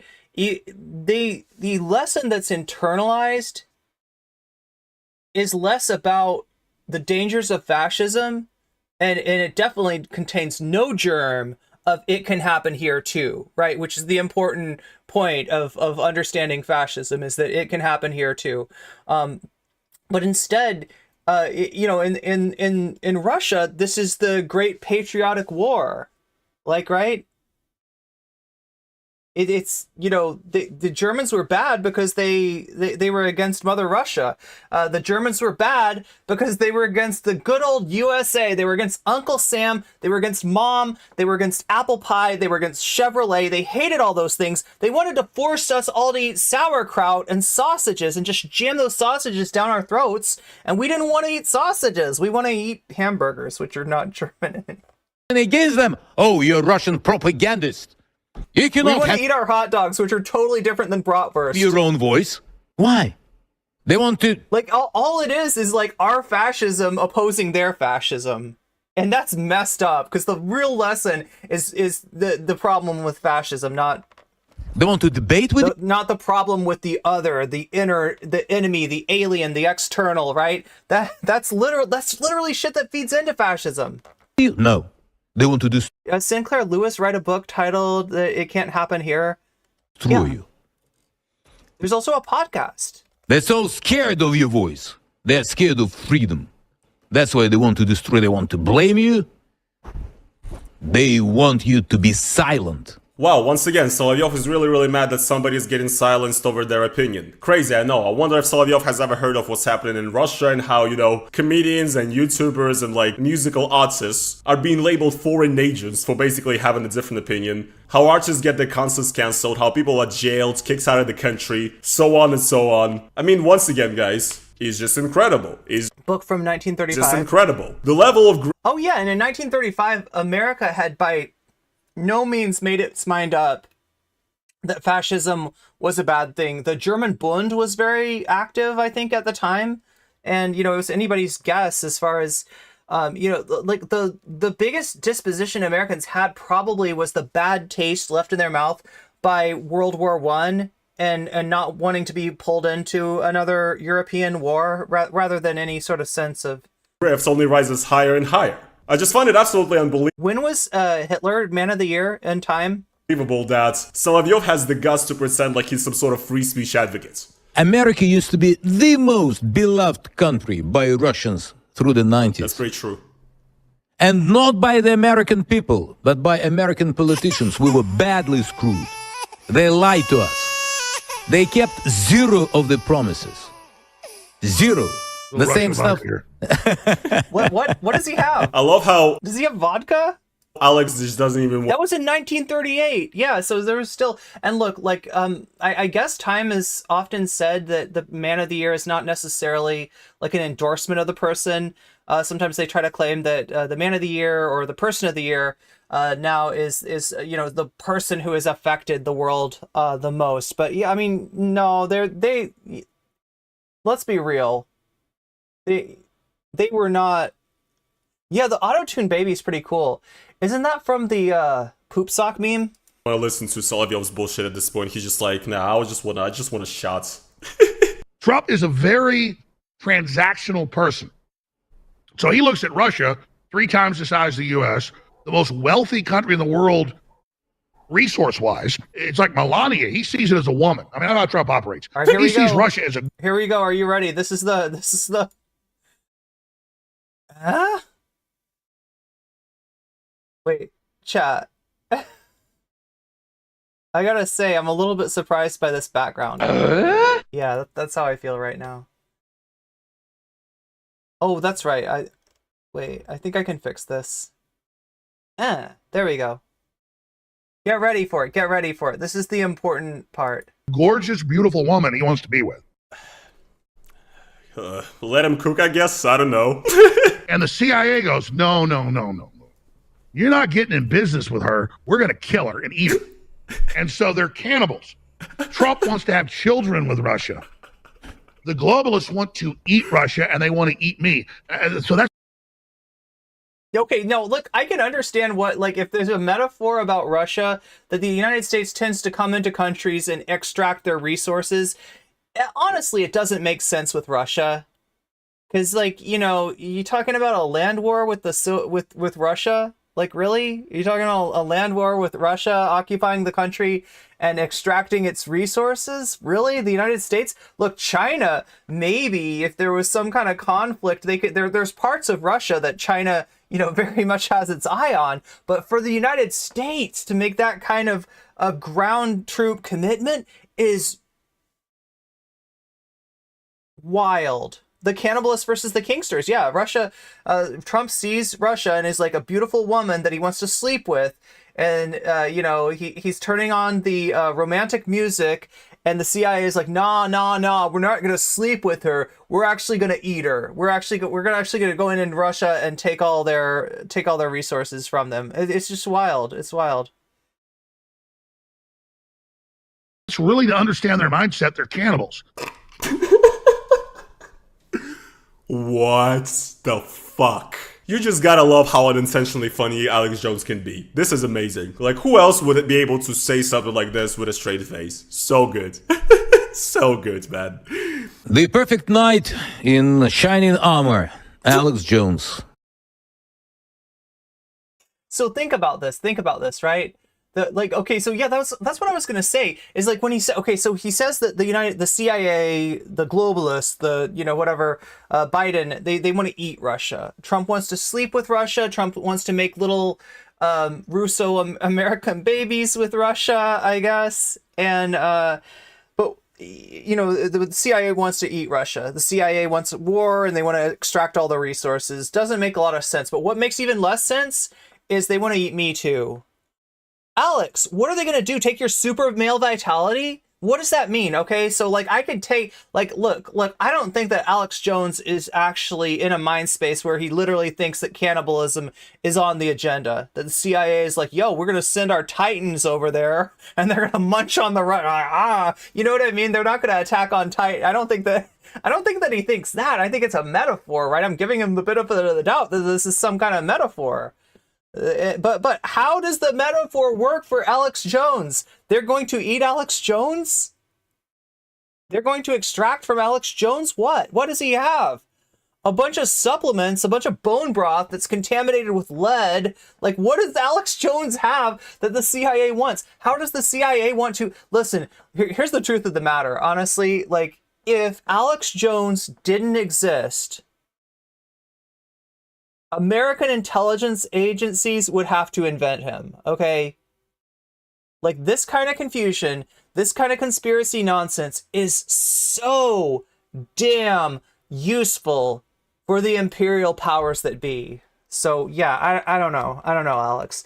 Alex Jones shouldn't have watched the Trolls 2 movie. Is that what happened in Trolls 2? He wishes someone wanted to eat him? Yeah. Why do they have Alex's name as what? Really? Oh, Alexom Johnson? I mean, I guess that's close to Alex Jones. I don't know what's going on here. CIA needs that bone broth recipe. That's right. CIA needs the super male vitality for the super soldiers that we're making. Fighting for God and for what he believes in. Alex, it was a pleasure, and I'm on it. Thank you. They can find... I'm on it.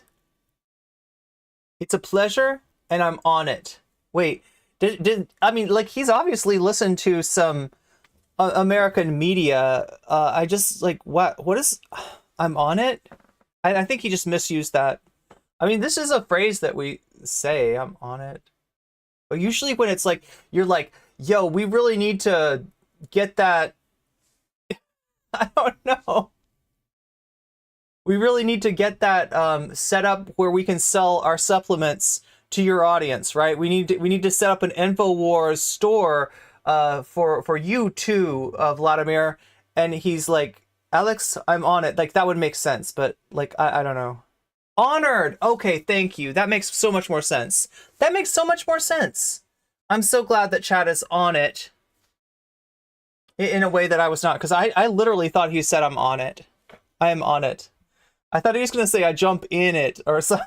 Find us at the verboten site, Infowars.com. Be safe and let's stop nuclear war. Yes, guys, it was a pleasure as well, to be honest. Not really, but... Wait, it's the same thing as the Latin orum? Isn't that the genitive? But it was funny. It was funny. A lot of very, very entertaining moments. And there's actually way more. If you want to, you can watch this entire whole thing. But yeah, you gotta have some level of preparation for the cringe. We could have watched the whole thing. Apparently it was up. I think it got taken down. I did find one video. That goes over this. I don't know if it's on here or not.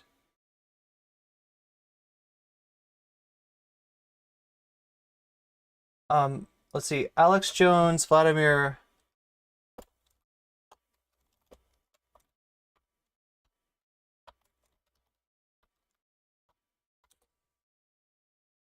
It's dative. It's dative. Why does it feel genitive? It's giving genitive. Okay. So yeah, Russian Media Monitor here has this. It has... No? Is happy about Alex Jones, mad about... I did see... There it is. Deleted footage and cringiest moments. Okay, so look, this looks great. This looks like exactly what we're looking for. Because, like, right, deleted footage, that tells me that this must have gotten deleted, right? That this was up on Solovyov's channel, and maybe it's down now, right? But they have deleted footage and cringiest moments. One problem with this, though, is it's dubbed into Russian.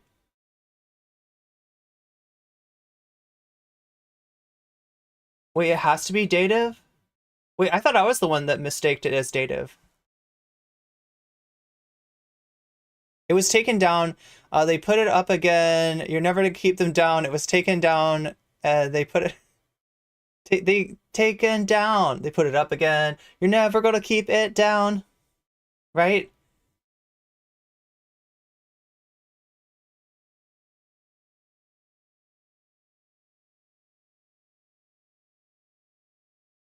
They took it down after they understood what Alex was actually saying. That's what I was saying. Is the weird thing about this is, as much as, like, these, you know, these are two people, you know, they're trying to cross-pollinate. They want reactionary right-wing shit in the United States and reactionary right-wing shit in Russia to cross-pollinate and to have babies, right?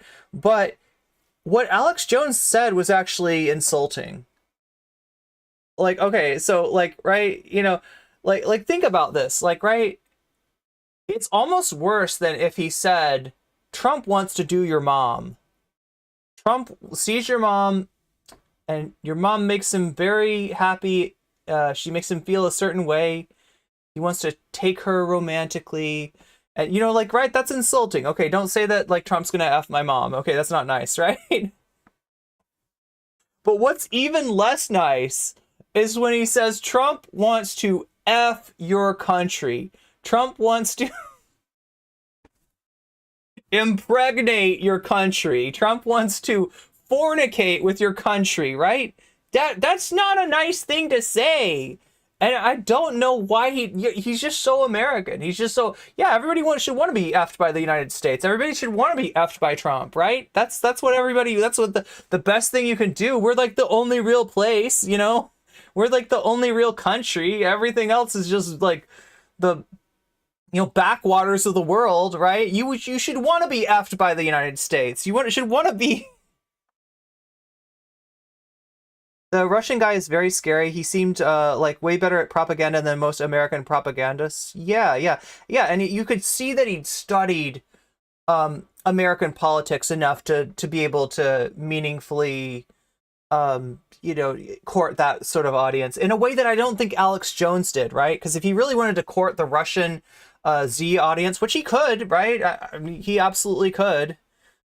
He would probably have to say something other than Donald Trump wants to stick it in your country. Donald Trump wants to.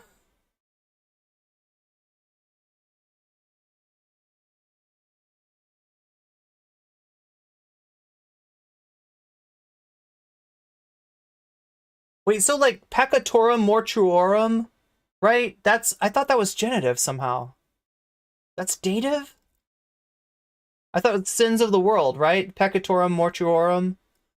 See, I only know it from choir. I only know Latin from choir, obviously. Alex drank it was vodka. Okay, he compared Russia to a beautiful lady. Yeah, like he thought that was a compliment. You're a beautiful lady. Mother Russia.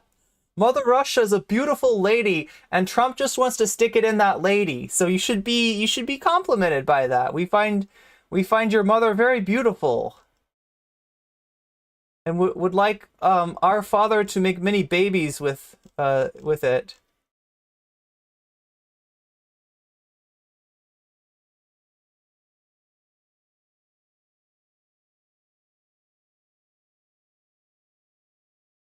Wait, peccatorum mortuorum. Wait, they're both in that case, aren't they? Alex isn't smart enough to trick non-Americans into alt-right propaganda. Vladimir, on the other hand, knows how easy it is to trick white Americans into, yeah, especially Christian, white Christian, evangelical Americans into. I mean, they're there already, right? They got that mindset.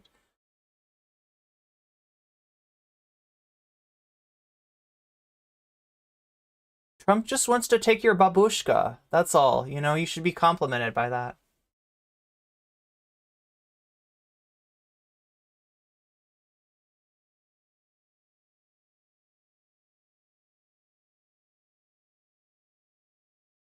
Russia only has 2 holes. Thank you for making that callback to Haas. Yeah. We haven't really talked about, like, obviously the reason, if you're missing the Haas content on my stream, it's because I stream on Twitch, and Twitch really doesn't want me showing you Haas. He's been banned. He's been banned like a number of times. I think the first time he got banned was when he had a debate with Dylan Burns and Sansoy.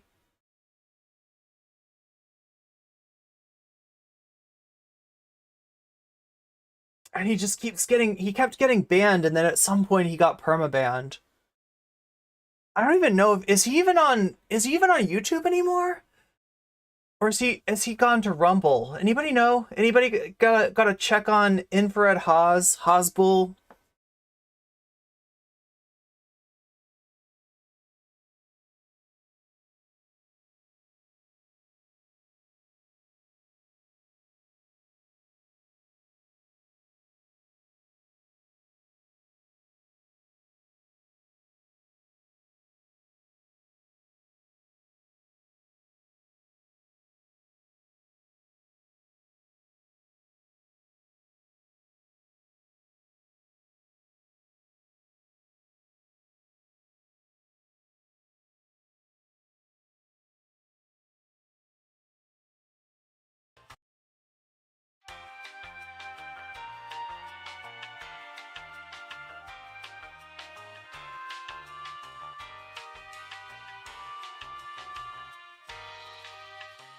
You thought he just quit streaming? I mean, maybe? I don't know.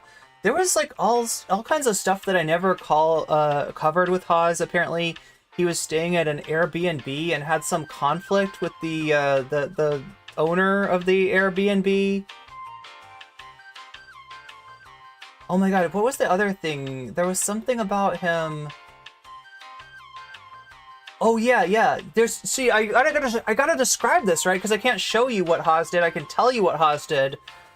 He ordered food to be delivered by like DoorDash or Uber Eats or something like that. And they apparently they called him, and it really pissed him off because, you know, he wanted them to just leave the food there so that he could get it at his, you know, to bring the food up to him in his condo or wherever he was staying, right? And they wouldn't do it, you know, because they were like calling him, and he had to go down. He had to stop the stream. And he was like, he starts complaining about this, like, you know, driver, like somebody that's really, you know, like if you drive for one of these services, right? You're essentially, not only do you not get paid very much to do it, but you're wearing down your car in a way which makes it dubious if you're actually, like, are you actually earning money overall, or are you putting so much wear and tear on your car that you're kind of, it's almost like costing you more to work there than you're earning, right? Yeah, a huge amount of privilege there.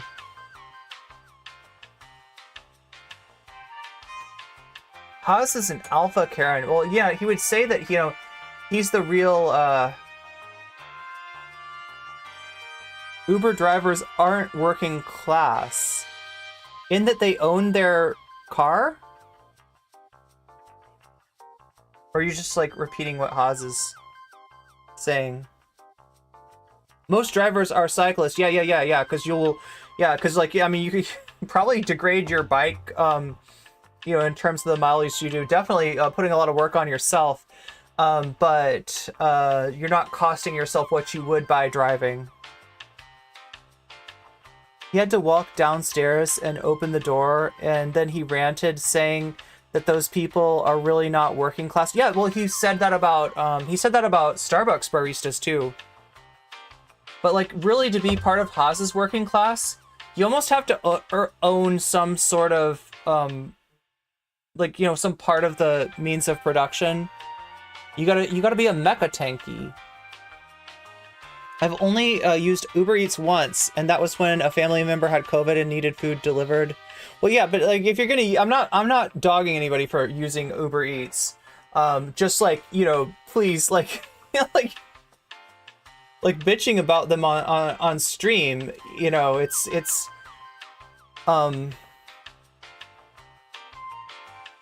like, there's a reason that they're calling him, and it's probably because if they don't get the food where it's supposed to go, then the person, you know, like let's say that they put the food somewhere and it gets taken by somebody else. They put the food in the wrong place. Then the person calls in to Uber Eats, says, I didn't get my food. And Uber Eats says, you can have your money back. But we're going to take it out on the driver. You know, you're going to get some kind of a punishment, including possibly being fired, right? So he should be a little bit more understanding.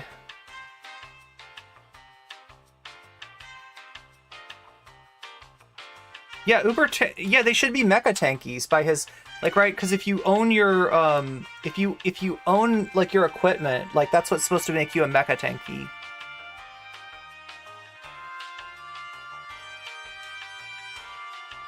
Like, I think he's imagining. Did Haas play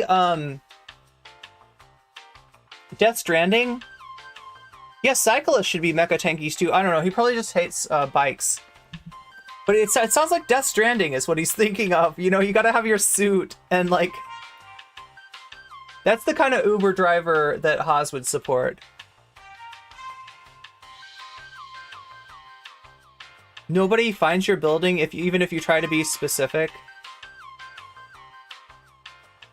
What in God's green a mecha tanky was something that Haas invented, like a concept.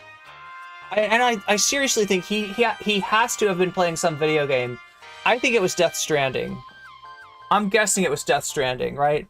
And it gave him this idea of this like futuristic, this cyber future where like tankies are, I don't know, he has this weird idea where people at the bottom rungs of the working class, especially like in the service industry, somehow are not proletariat. Like, I don't know if it's because he thinks of the typical Starbucks employee as being like a student, and a student isn't a Uber drivers and bikers should be paid hourly or a salary at minimum. Yeah, they really get fucked over, and Haas had no compassion whatsoever.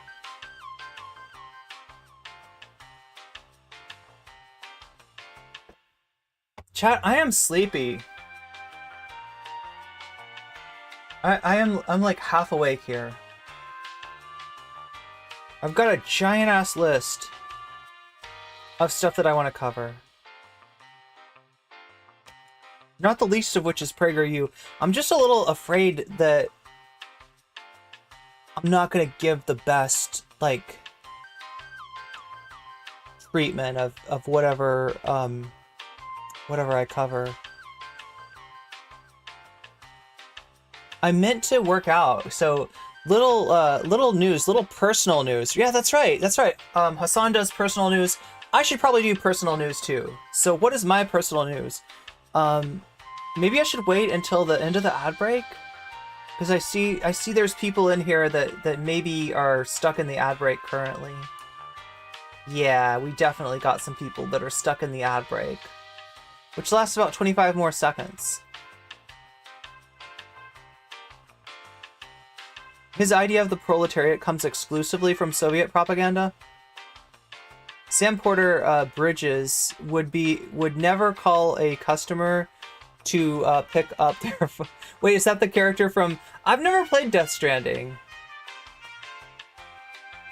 Do what I can. Well, yeah, of course. I appreciate you, Shakespeare. I appreciate people thinking of me as a human person who has needs and all that kind of stuff. I'm just worried, like, the big thing that I don't want to do is like launch into a segment and then just give it like, you know, give it not my best. I always like to give it, that's the main character, the protagonist. So that's the, oh god, what's his name? Guy from The Walking Dead. What's the actor's name? Why can't I remember this guy? He's the cool guy from The Walking Dead. The guy with the crossbow.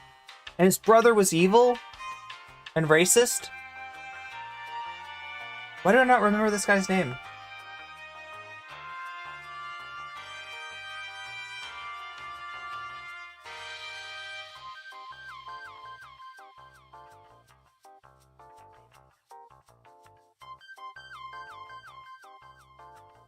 Wait, is that the character in Walking Dead, or is that the, what's the actor's name? Norman Reedus. Yes, it's Norman... Daryl. He's Daryl. That's right. Norman Reedus. Yeah, they got Norman Reedus for that one. See, like, that's a Kojima? Is that a Kojima, game? Okay, so... Wait, Daryl Dixon? Daryl Nixon?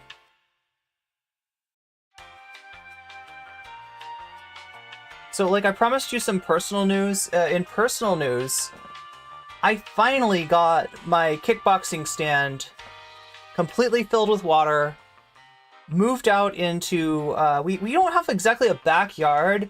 The back of my apartment, it's like in a alleyway, right? But there's a little fenced off area that has really got nothing going on in it right now. You know, it could be a nice little fire pit and stuff, but nobody in our house is really doing anything with it right now.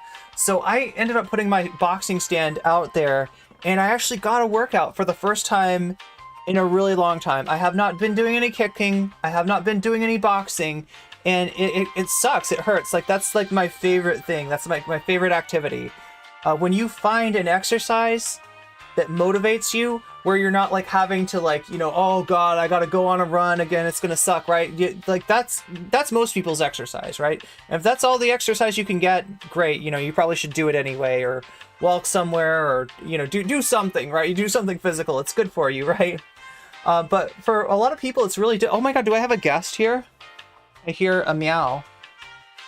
Meow? Guest. Hello, special guest. Hello. I'll put you up on the bed after. Look at my guest. See my guest? Oh, my guest wants to jump on the bed. Okay, there you go. Special guest. Poppy. Meow. How you doing? Ora, ora.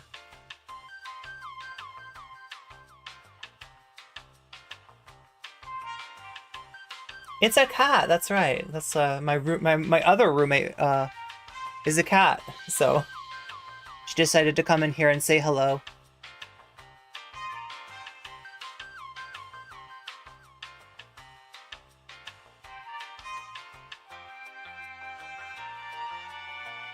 But yeah, so as a result, I got a pretty good workout yesterday. I was gonna do a little bit of that this morning because like that's really what, like, it makes a huge difference to me, like whether I'm working out or not working out in terms of my ability to analyze and comment on you know, whatever content I'm covering. And so hopefully I'll be able to do that, do more of that. But yeah, it didn't happen this morning just because like I had to get to on stream. So what are you doing? Don't get stuck back there. No, don't get stuck back there. You're gonna get stuck again. There's not a room for a cat back there. She's going like behind my bed. Okay, good. You got out. Good. Okay, yeah, I was worried, right? Because she gets stuck back there. Like, there's just barely enough room for her to get behind my bed. And when she goes down there, sometimes she gets stuck and I have to rescue her. Cats can be good roommates. My attic cat sadly no longer likes the attic after it got renovated. Oh, that sucks.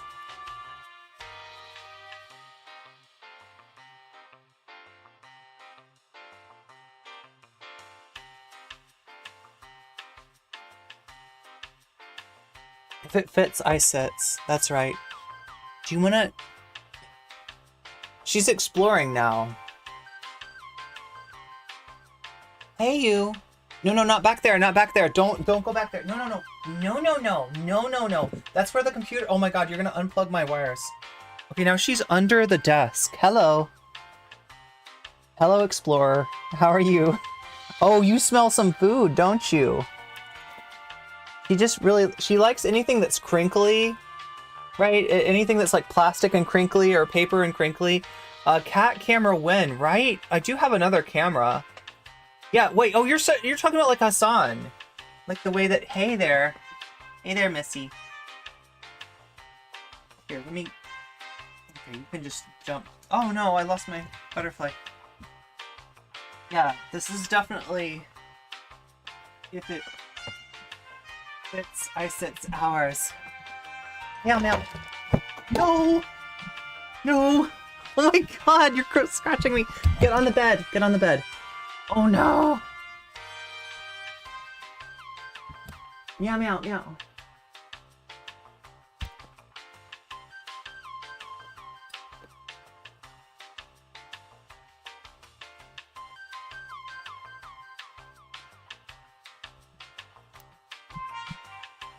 Ow! I got scratched. And also, I think she knocked over my...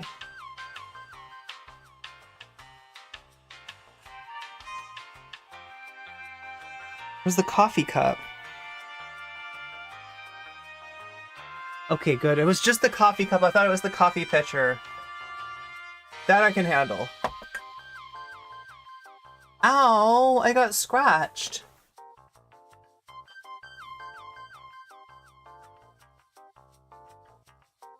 Yeah, the love scratches. Well, you know, she does love bites too. So. And that's one of my cat roommates. We'll see if the other cat comes in here. I don't see her right now, so we might get a visit from Frankie as well. Where did the butterfly go, though?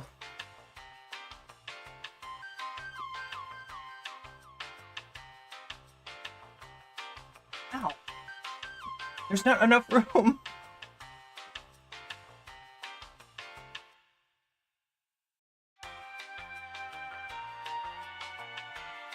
Something like that. Scratchers are like cat owner badges. That's right, it's like a gym badge, but for getting scratched.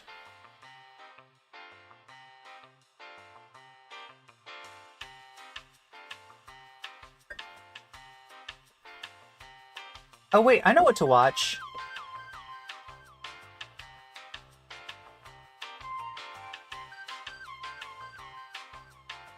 Somebody sent me this morning, so those of you who post in stream suggestions, I feel your frustration.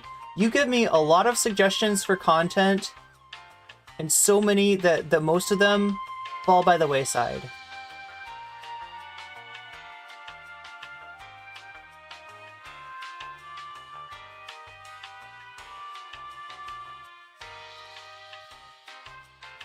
We're gonna actually watch something from there today.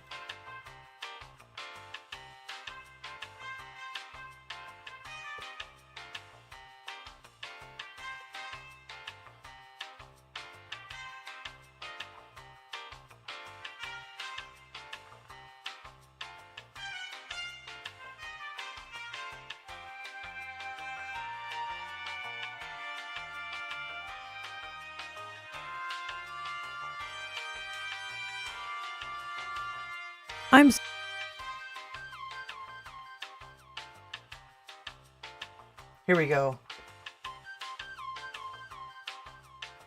Video contains spoilers up to Egghead Island. Does anybody mind that?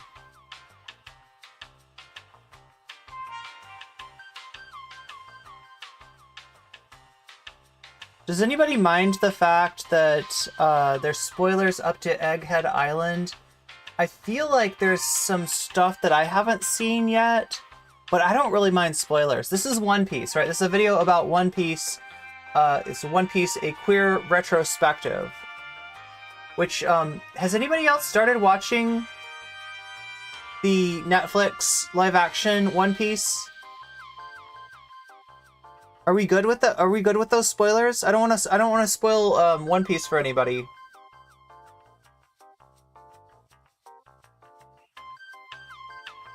Ow, seriously. Meow, meow, meow. What a scratchers. A biters and a scratchers. Barely where they meet Brooke. Oh, wow. Wait. I haven't gotten to Brooke yet. I think I only got to... I think it was like right before they met Chopper is where I got.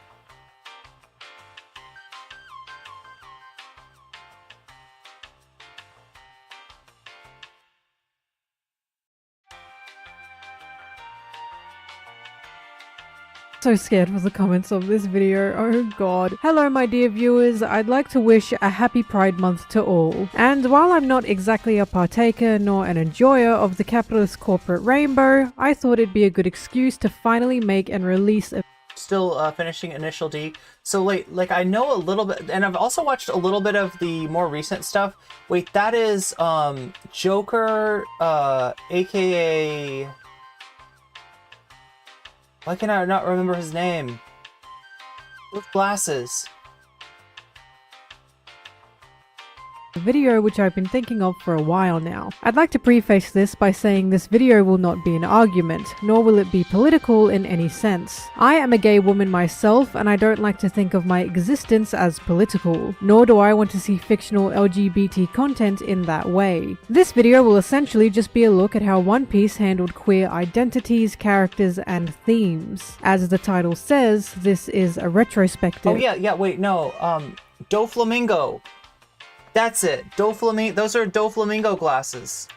That means we'll be looking at canonical queer characters who exist within the series and how they are presented. We'll be looking at what can be considered coding and what characters it applies to, whether intentionally or not. And this will hopefully be something calm and insightful for all of us, as just making this has been an insightful journey for myself. There will be no shipping and no theories, but of course, some of this does open to interpretation. I just ask you have an open mind upon discussion. If this doesn't sound like your cup of tea, or you just straight up don't care, feel free to give this video a miss. I understand. Yeah, or your cup of tea, or your cup of Not everyone wants to talk about things like this, especially in regards to a shonen anime. So why am I talking about this? Well, it's just because I think it matters. I think it's extremely odd that One Piece is the biggest anime and manga in the world while also being one of the biggest fictional properties to ever be created. And these kinds of studies don't seem to really exist for it. At least not in video format. One thing about me, I love a good video essay. And Also a fan of manga, apparently. I believe it beneficial to have some kind of case study on the queer themes of One Piece. I'm making you want a cup. Well, my cat roommate just spilled the last little bit out of my cup. One Piece is an especially interesting one because it's like we've watched it evolve over time, for both the good, the bad, and the ugly. Oda seems to be a writer who wants to grow and wants to learn, and I've found his journey through this property interesting in itself. But we'll get into the nitty-gritty of it all later, because before we start anything, I'm going to hit you with a quick sponsor. While we cannot all be pirates in our current day and age, we can... Alright, with that introduction... What's your bet as far as the sponsor? I think it was going to be a VPN.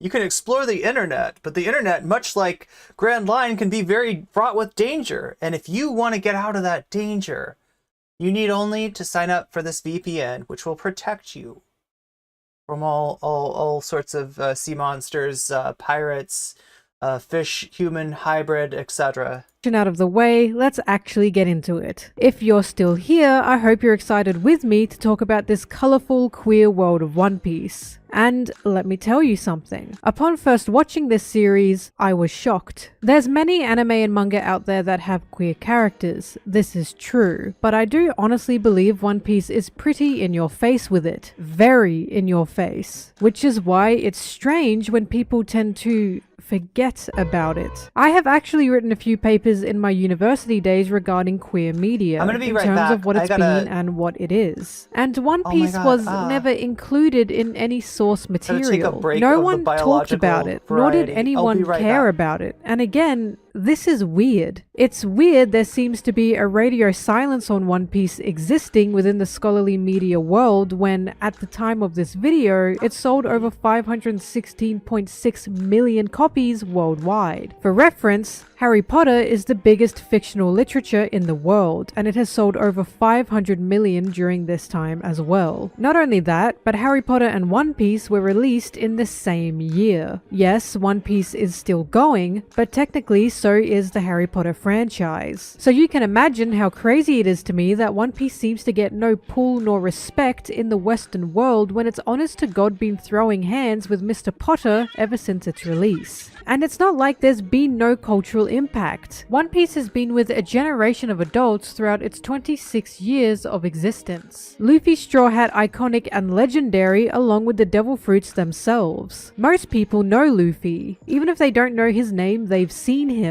He's no Pikachu, but he's definitely a fictional icon. He may as well be a king in the real world. Either way, my point is, One Piece is never involved in queer media discussions. At least, not from my experience. I assume the reason is because most people outside of One Piece don't actually know queerness exists in the text. And with a series so long, it can be difficult to study unless giving all your time to it. Which I definitely, totally am not doing now. All this is why I'm so super excited to talk about it, because the queer characters of this series have been itching at my brain ever since meeting them. And more than anything, I'd love to see how these themes have been introduced and handled throughout time. But before I really dig into anything, I'd like to start by saying Oda, the author of One Piece, is a big history buff. I'd say it's quite obvious he's into history, with One Piece not only having an emphasis on the importance of history, but with the inspiration included from real-world history. This includes the warlord pirates, who were based on privateers of the 17th to 18th century, a famous one being Francis Drake. Ironically, the One Piece character Drake was not a warlord, but he is still a pirate working for the government. He also has characters based on real historical pirates, these being Blackbeard, Eustace Kidd, and Jewelry Bonnie, Tony, to name a few. Another example is his writing of Wano Country, with the island being based on Edo period Japan. In real-world history, Edo Japan was closed off from the Oh, I shouldn't have 17th to closed my 19th door. century. In a similar way, Wano Country had been closed off worldwide in the series. It's also possible the destruction of Robin's home island, O'Hara, was based off the burning of the Alexandria Library. The situation's very different, yet similar in losing one of the largest areas of knowledge and records known to man, in both this fictional property and the real world. One of my favorite examples of history being put into One Piece is with Sanji being forced to wear an iron mask, resembling that of the story of the man in the iron mask in French history. The mask was not only punishment, but existed to hide the prisoner's identity, as I imagine this was also the case for Sanji. So what am I getting at here? Why does Oda being a history nerd matter? It matters because this man clearly does his research when including any new islands or characters. It's more than just She's gonna do some exploring. Making up a fictional story. Oh, would you So wanna I'm sure be he on knows the stream again? ins and outs of the Promise not to pirate scratch me? world. After all, you'd have to have some obsession with real-world pirates to make a 23-year-long series about them. And that's what brings me to my point. Pirates, historically, were a mixed bag. They weren't all awful and they weren't all out for riches. We have this Hollywood idea that pirates were known to pillage and plunder, to murder mercilessly and be generally awful. But that's not all they were. Pirates beheaded people at the same rate the monarchy did, and there were no good or bad guys. Everything kind of sucked. So a lot of pirates took to the seas in search of a better life, especially those who were not socially accepted and oppressed during their time. These oppressed groups being women, people of color,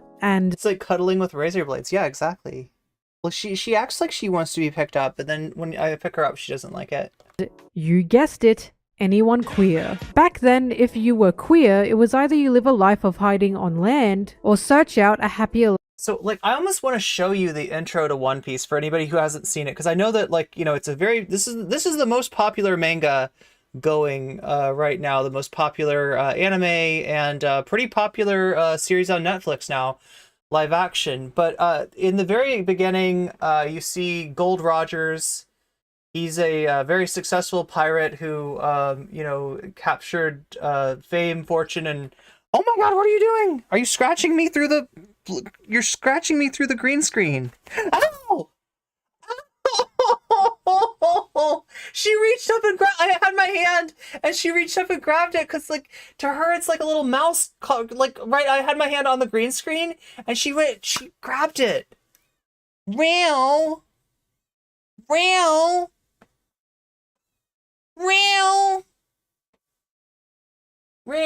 I think she's trying to become a character on my stream. That's what I think, right? You've successfully made yourself a character on my stream. Congratulations. Real, are you sorry that you scratched me? You're gonna apologize, Poppy? Are you sorry? She actually, like, grabbed my legs through the green screen. I'm just, like, sitting here in front of the green screen. She's on the other side. She sees something moving, and she's like, row, row, row, row. Right? She can't... Real, you are so noisy. You are so loud. Can you hear her meow? I don't know if it's probably not picking up on the stream, but life on the seas. Your existence alone went against the church, so just breathing was a crime, and it only... But yeah, what I was trying to say about Gold Rogers, right, is that, like, so they finally catch him, the Marines catch him, and they're gonna make an example, right? They want to execute, you know, him by shoving like a sword in each of his, like, shoulders, right? And stabbing his heart, like, you know, I don't know, through, right? They're gonna show everybody this is what happens if you do piracy, so don't do piracy, right? And like, they want to see him, like, broken down and sobbing and, like, you know, begging for his life and stuff like that, but he smiles, right? He's like not afraid. He's going to his death unafraid.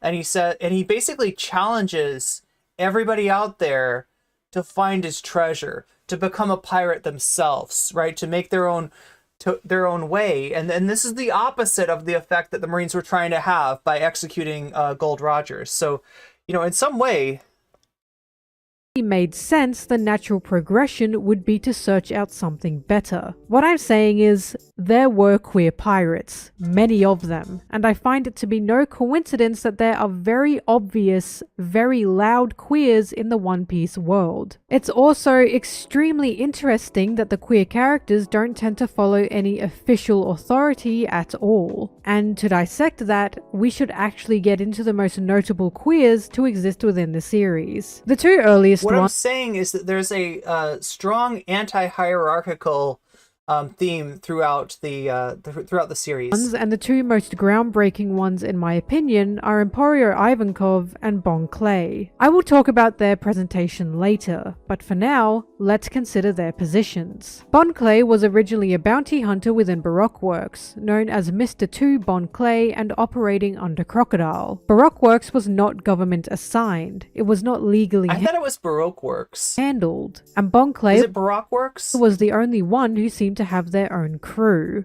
Put simply, Bon Clay was essentially a pirate, and they worked under a man they'd never met to be given the promise of paradise. We know now this meant taking over a country to create a self-made utopia, but Bon Clay was originally introduced as a villain. Luffy, while being a pirate himself, is our protagonist, so anyone who opposes him can be considered our bad guy of the week. Bon Clay was no Yeah, but a lot of times they're a bad guy this week and a friend later. exception to this. What is interesting here is, straight away, Bon Clay formed a friendship with the Straw Hats. The fight they had with Sanji, although being a serious fight, was still in good faith, and Sanji even befriended Bon Clay after the whole fiasco was over. From there, Bon Clay sacrificed themselves to allow the Straw Hats to escape. And if you don't want to sacrifice yourself to the ad break, right, now is your chance, because there's 2 minutes and 30 seconds before the next ad break.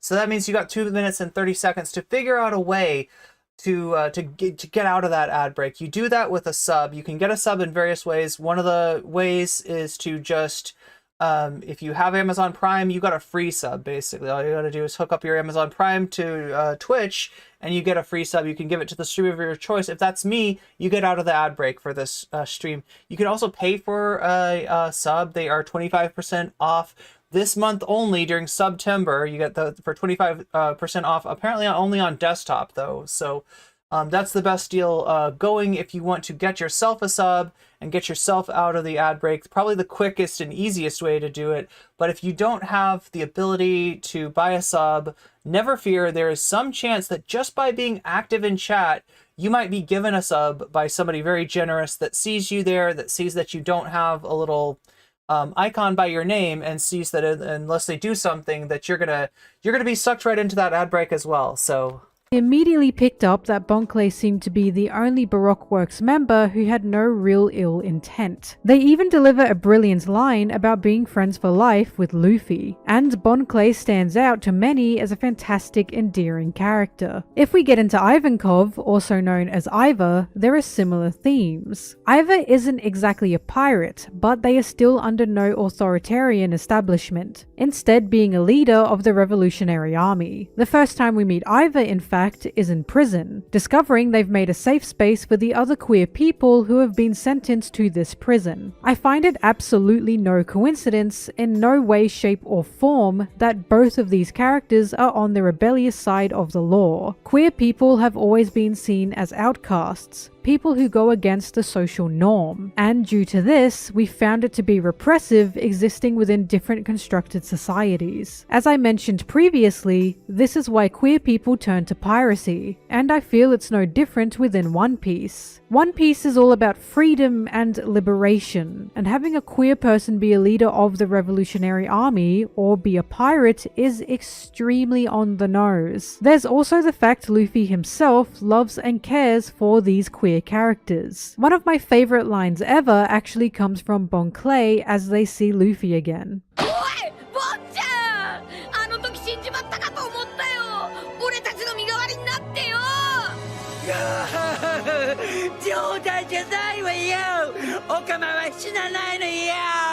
Impel Down's arc was released from 2009 to 2010. So for an openly... They actually said queers never die.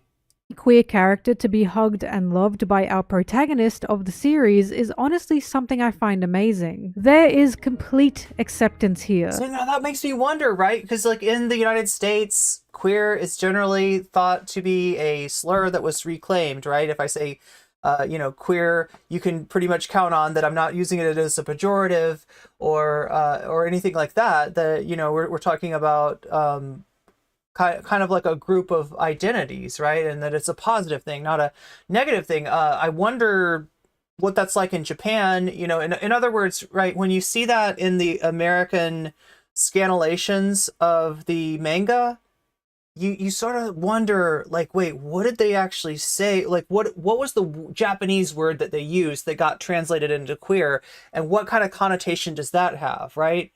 Yeah, it goes so hard, absolutely.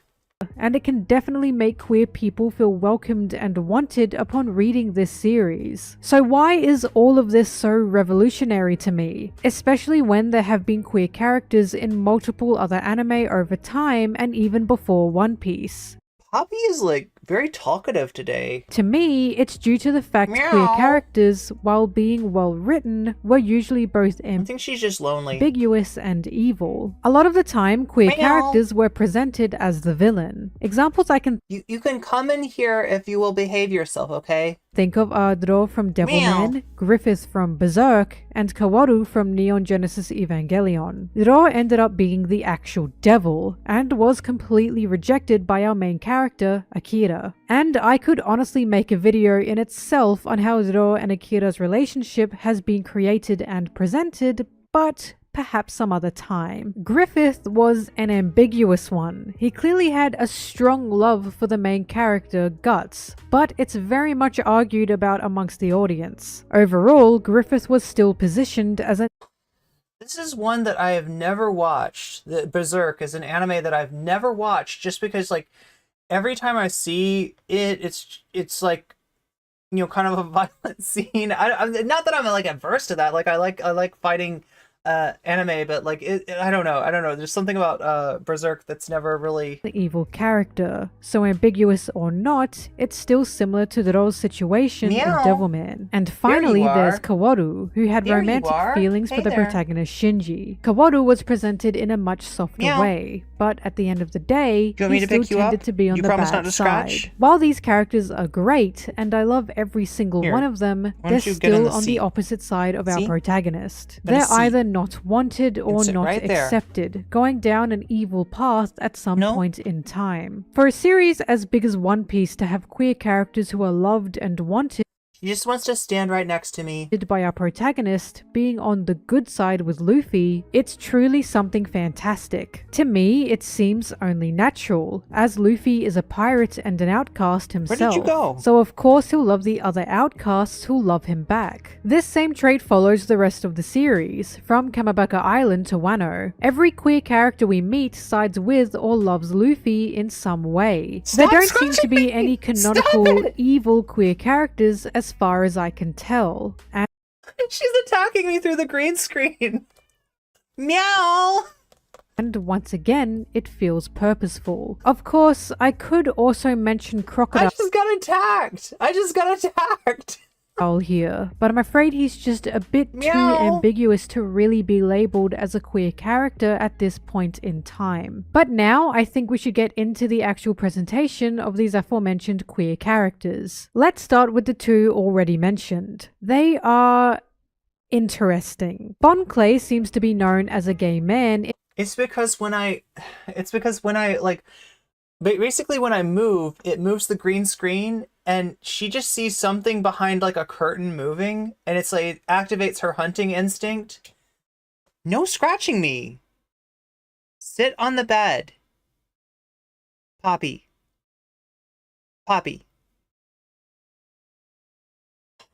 Okay.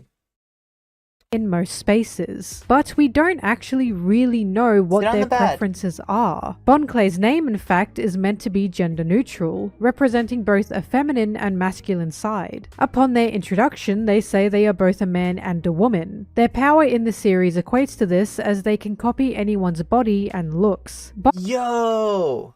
Bon Clay was definitely our first transgender character in One Piece, and it doesn't seem to be debated by any means that this is the case. However, they are definitely stereotypical. Bon Clay wears heavy makeup, ballerina shoes, and has the word Okama on the back of their shirt. For those who don't know, Okama is slang for a homosexual man in Japanese, and this is probably why most interpret them as a gay man. It's certainly a bit of an eyebrow raiser to have homosexual labeled on the back of someone's outfit, and this can be both a positive and negative thing. If we consider Bon Clay a gay man, this is 100% stereotyping of gay men. I think it goes without saying that a lot of gay men do not present themselves like this, and the appearance may be found offensive to some. At the same time, stereotyping is a double-edged sword that can be difficult to find solid ground on. The reason for this is because, due to their stereotypical appearance, it is definite that this character is queer. You cannot argue against the fact that Bon Clay is a queer character and person, since it is quite literally labeled on them. Also, the appearance is honestly the only real offensive thing about Bon Clay. There are no negative stereotypes regarding their behavior, such as being predatory or aggressive, which is an unfortunate common bigoted trope used against queer characters, especially masculine ones. But for the time of Bon Clay's introduction, which was the year 2000, this is a pretty exceptional presentation of a gay and trans person. Put simply, there is absolute— Wait, Vegeta's Badman shirt is way worse. Are you talking about as far as like queer representation?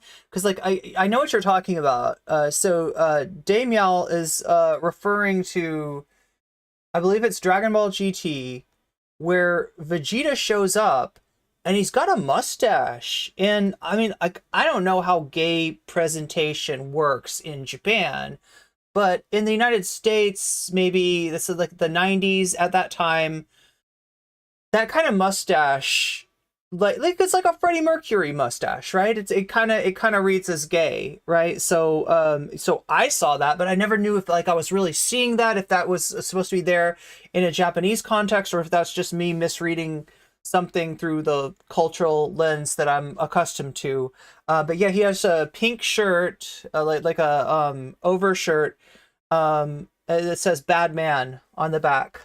No malice towards Bon Clay, and they are also a well-loved character within the fandom. Now, if we look at Iva, it's extremely similar. Iva is actually based off the Rocky Horror character Frankenfurter, who was also a trans character and an alien. Saying this out loud makes it sound— yeah, the Frankenfurter thing, like I got some real questions about I never really got into Rocky Horror. I appreciate it. I think the music is great. I had friends that were very much into Rocky Horror Picture. In fact, before I even came out, one of my friends was always trying to drag me to the like an actual like live showing of Rocky Horror, and had a whole costume laid out for me to play Frankenfurter. So it was almost like they saw a little something that I didn't see yet at the time. But obviously, so yeah, if you don't know, in the Rocky Horror Picture Show, Frankenfurter, Dr. Frankenfurter, is in charge at the mansion that the two characters, Brad and Janet, end up going to, and kind of like sexually predatory, right? So yeah, it's in fact, you know, in a bisexual way rather than exclusively in a gay way. Just kind of a very sexual person who's always trying to push people's boundaries, right? Including making a man for his own, personal pleasure, right? In Rocky. Kind of worse than I think it was. I can happily say Iva is not an alien and is just considered a very powerful— Wait, the shirt was from Z? Figure in the One Piece world. Iva's appearance completely resembles that— Oh, it's, yeah, for him to have a shirt that like labels him, yeah, in much the same way as the back of the shirt for the other characters says homosexual. Of Frankenfurter, but they are very much their own character. Iva is very obviously a transgender person, and from what I've found, they actually use neo-pronouns whenever addressing themselves. Iva doesn't seem to be man nor woman, and their power is a hormone-injecting one. Oh my god, but I thought that What? Okay, But I thought that it was Western progressive culture that was injecting neo-pronouns into everything. Nope, there's neo-pronouns from other cultures too. Say, the scenes of them literally transing a person's gender is interesting. Wow. On one hand, it was used for someone's joy, as Ivor picked out this background character who was not happy as a man. Okay. But on the other hand, it was also once used for punishment. I wouldn't exactly call this a negative behavior, but it's definitely a bit aggressive to force someone to change gender when not wanted. I'd say so. On the I'd say upside, so. we have only seen this happen once, and it was at a background character who was upset at their dad being gay. So I am really unsure how to approach this one, and you guys can figure it out. So that was the punishment? They were like anti-gay towards their dad, and the and that's who they weaponized their quote unquote hormone injecting powers. That is what the oh no. God damn. Okay, all kinds of disasters. All kinds of disasters.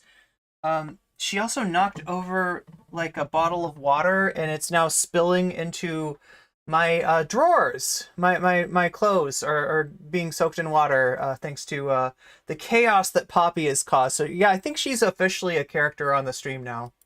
I don't think this was Oda trying to be malicious or anything. I think it was just a gag that was a bit sour. Anyways, Ivor is a very, very beloved character. Not only does Luffy love and look up to them, Sanji does as well. As we've seen Sanji mention Ivor once or twice, and even be surprised when Ivor didn't share information regarding their position in the Revolutionary Army with him. What I'm saying is, Ivor is a very important and powerful character. Someone who was there for a turning point of our protagonist, and Luffy owes them his life. Overall, stereotypical presentations aside, Bon Clay and Ivor are both extremely well-loved, positively written characters. There's no demonization of their queerness, no disgust or jokes made of their queerness, and they are both returning characters who hold a lot of weight in the story. For the time of its creation, it's genuinely pretty ahead of its time, especially for anime and manga. It feels like Oda actually likes Yeah, I need to get a scratching post in here. That would probably help. these characters. Instead, I am becoming the scratching post. And while there are some bumps here and there is nothing malicious I can pick up on. But like, I've seen her do that one other time. One of my roommates was sitting on the couch with their feet kind of close to the, you know, like the fabric part of the under the couch, right? Their feet were brushing up there, and they got their ankle attacked by Poppy. at the same time, there was something else brewing regarding queerness in One Piece. This, of course, is the ever-controversial Kamabaka Island. Okay. I am going to be honest. That looks scary. This I'm was scared. extremely weird, especially considering we were seeing Ivor and Bon Clay back-to-back with this island. Kamabaka Island is a place that apparently consists of only gay men, as the term Kamabaka stands for, and please pardon the term as it's very of its time, nothing but transvestites. Simply put, this is an island consisting of gay men who dress in drag. The way it's presented is sometimes not good, and can be considered both homophobic and transphobic. I'm sure you're wondering why it's seen as transphobic when it's meant to be only an island of drag queens. And some people see it as just that. But here's the thing, I am not a trans person, nor am I a trans woman, so this is not up to me to decide. For research of this topic, I went to Twitter to ask trans femme One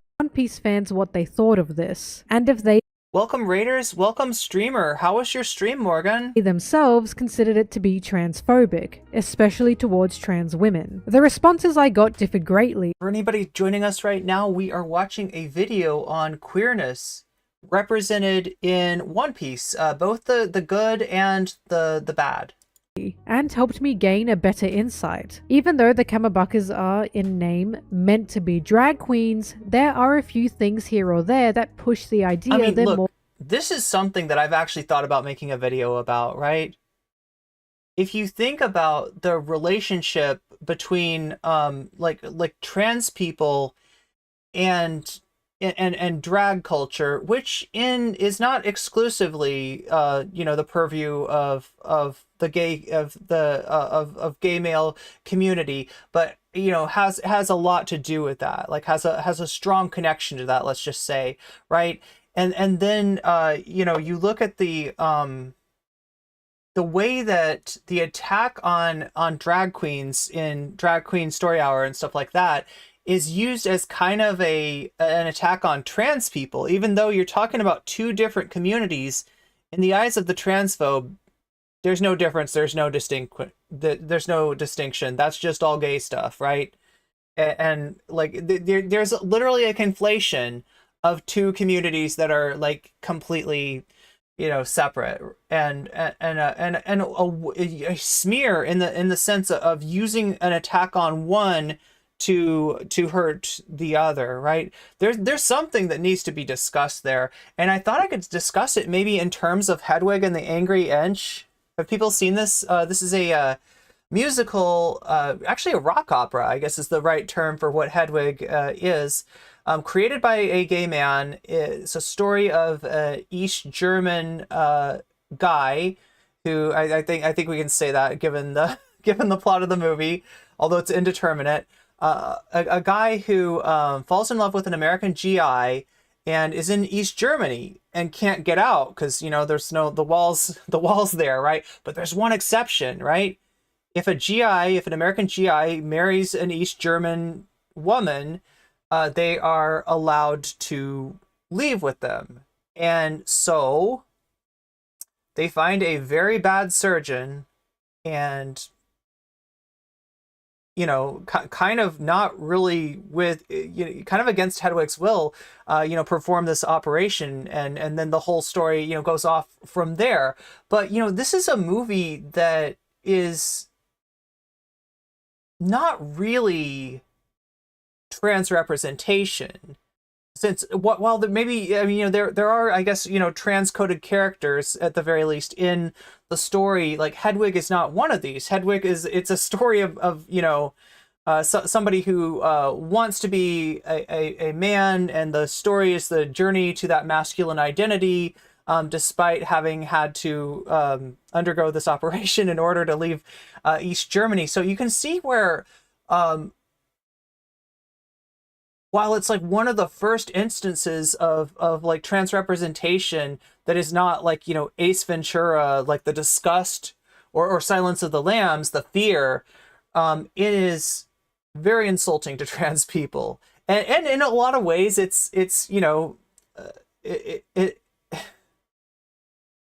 you could see it as appropriation, of transness, in a way, right? So it's a complicated thing, is what I'm saying. It's not clear cut, it's not simple, it's not good, it's not bad, but it is something, and it is one of the very first instances of queer representation. And there a not insignificant number of trans people were fans of that movie, even though looking back at that movie, like I said, the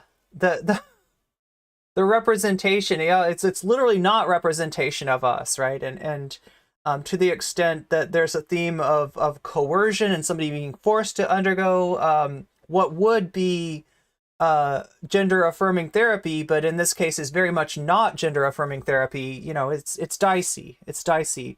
It was shown to me by a trans femme person. Yeah. So yeah, it's a movie that was very much loved by the queer community and embraced by the trans community. But when you start to look at it, if you look at it with the, any sort of like, it's also like insulting, I guess. More than just cross-dressers. Conversations regarding It sounds like Biden's America. their womanhood, or even the fact that Sunji in the manga does not actually move to attack nor kick them, meaning he sees. But see, here's the thing, even though like Drag Queen Story Hour doesn't have anything to do with trans people directly, right? It's not about trans people. There are a lot of trans people who, when they see those attacks on libraries, when they see those attacks, on drag queens, like are reflexes to defend that, and you know, that is a show of solidarity, you know, from the trans community to a larger queer community, which has not always shown that solidarity for us. So I feel like there's maybe something there. Them as women? Honestly, I think Oda may have gotten confused and accidentally made a very negative stereotype of trans women. It seems not even he knows what these characters are meant to be queer-wise. And many trans women see this as an extremely mean, extremely nasty take, from their actions to their designs. It's not good, and it can be harmful at times, especially with Sanji.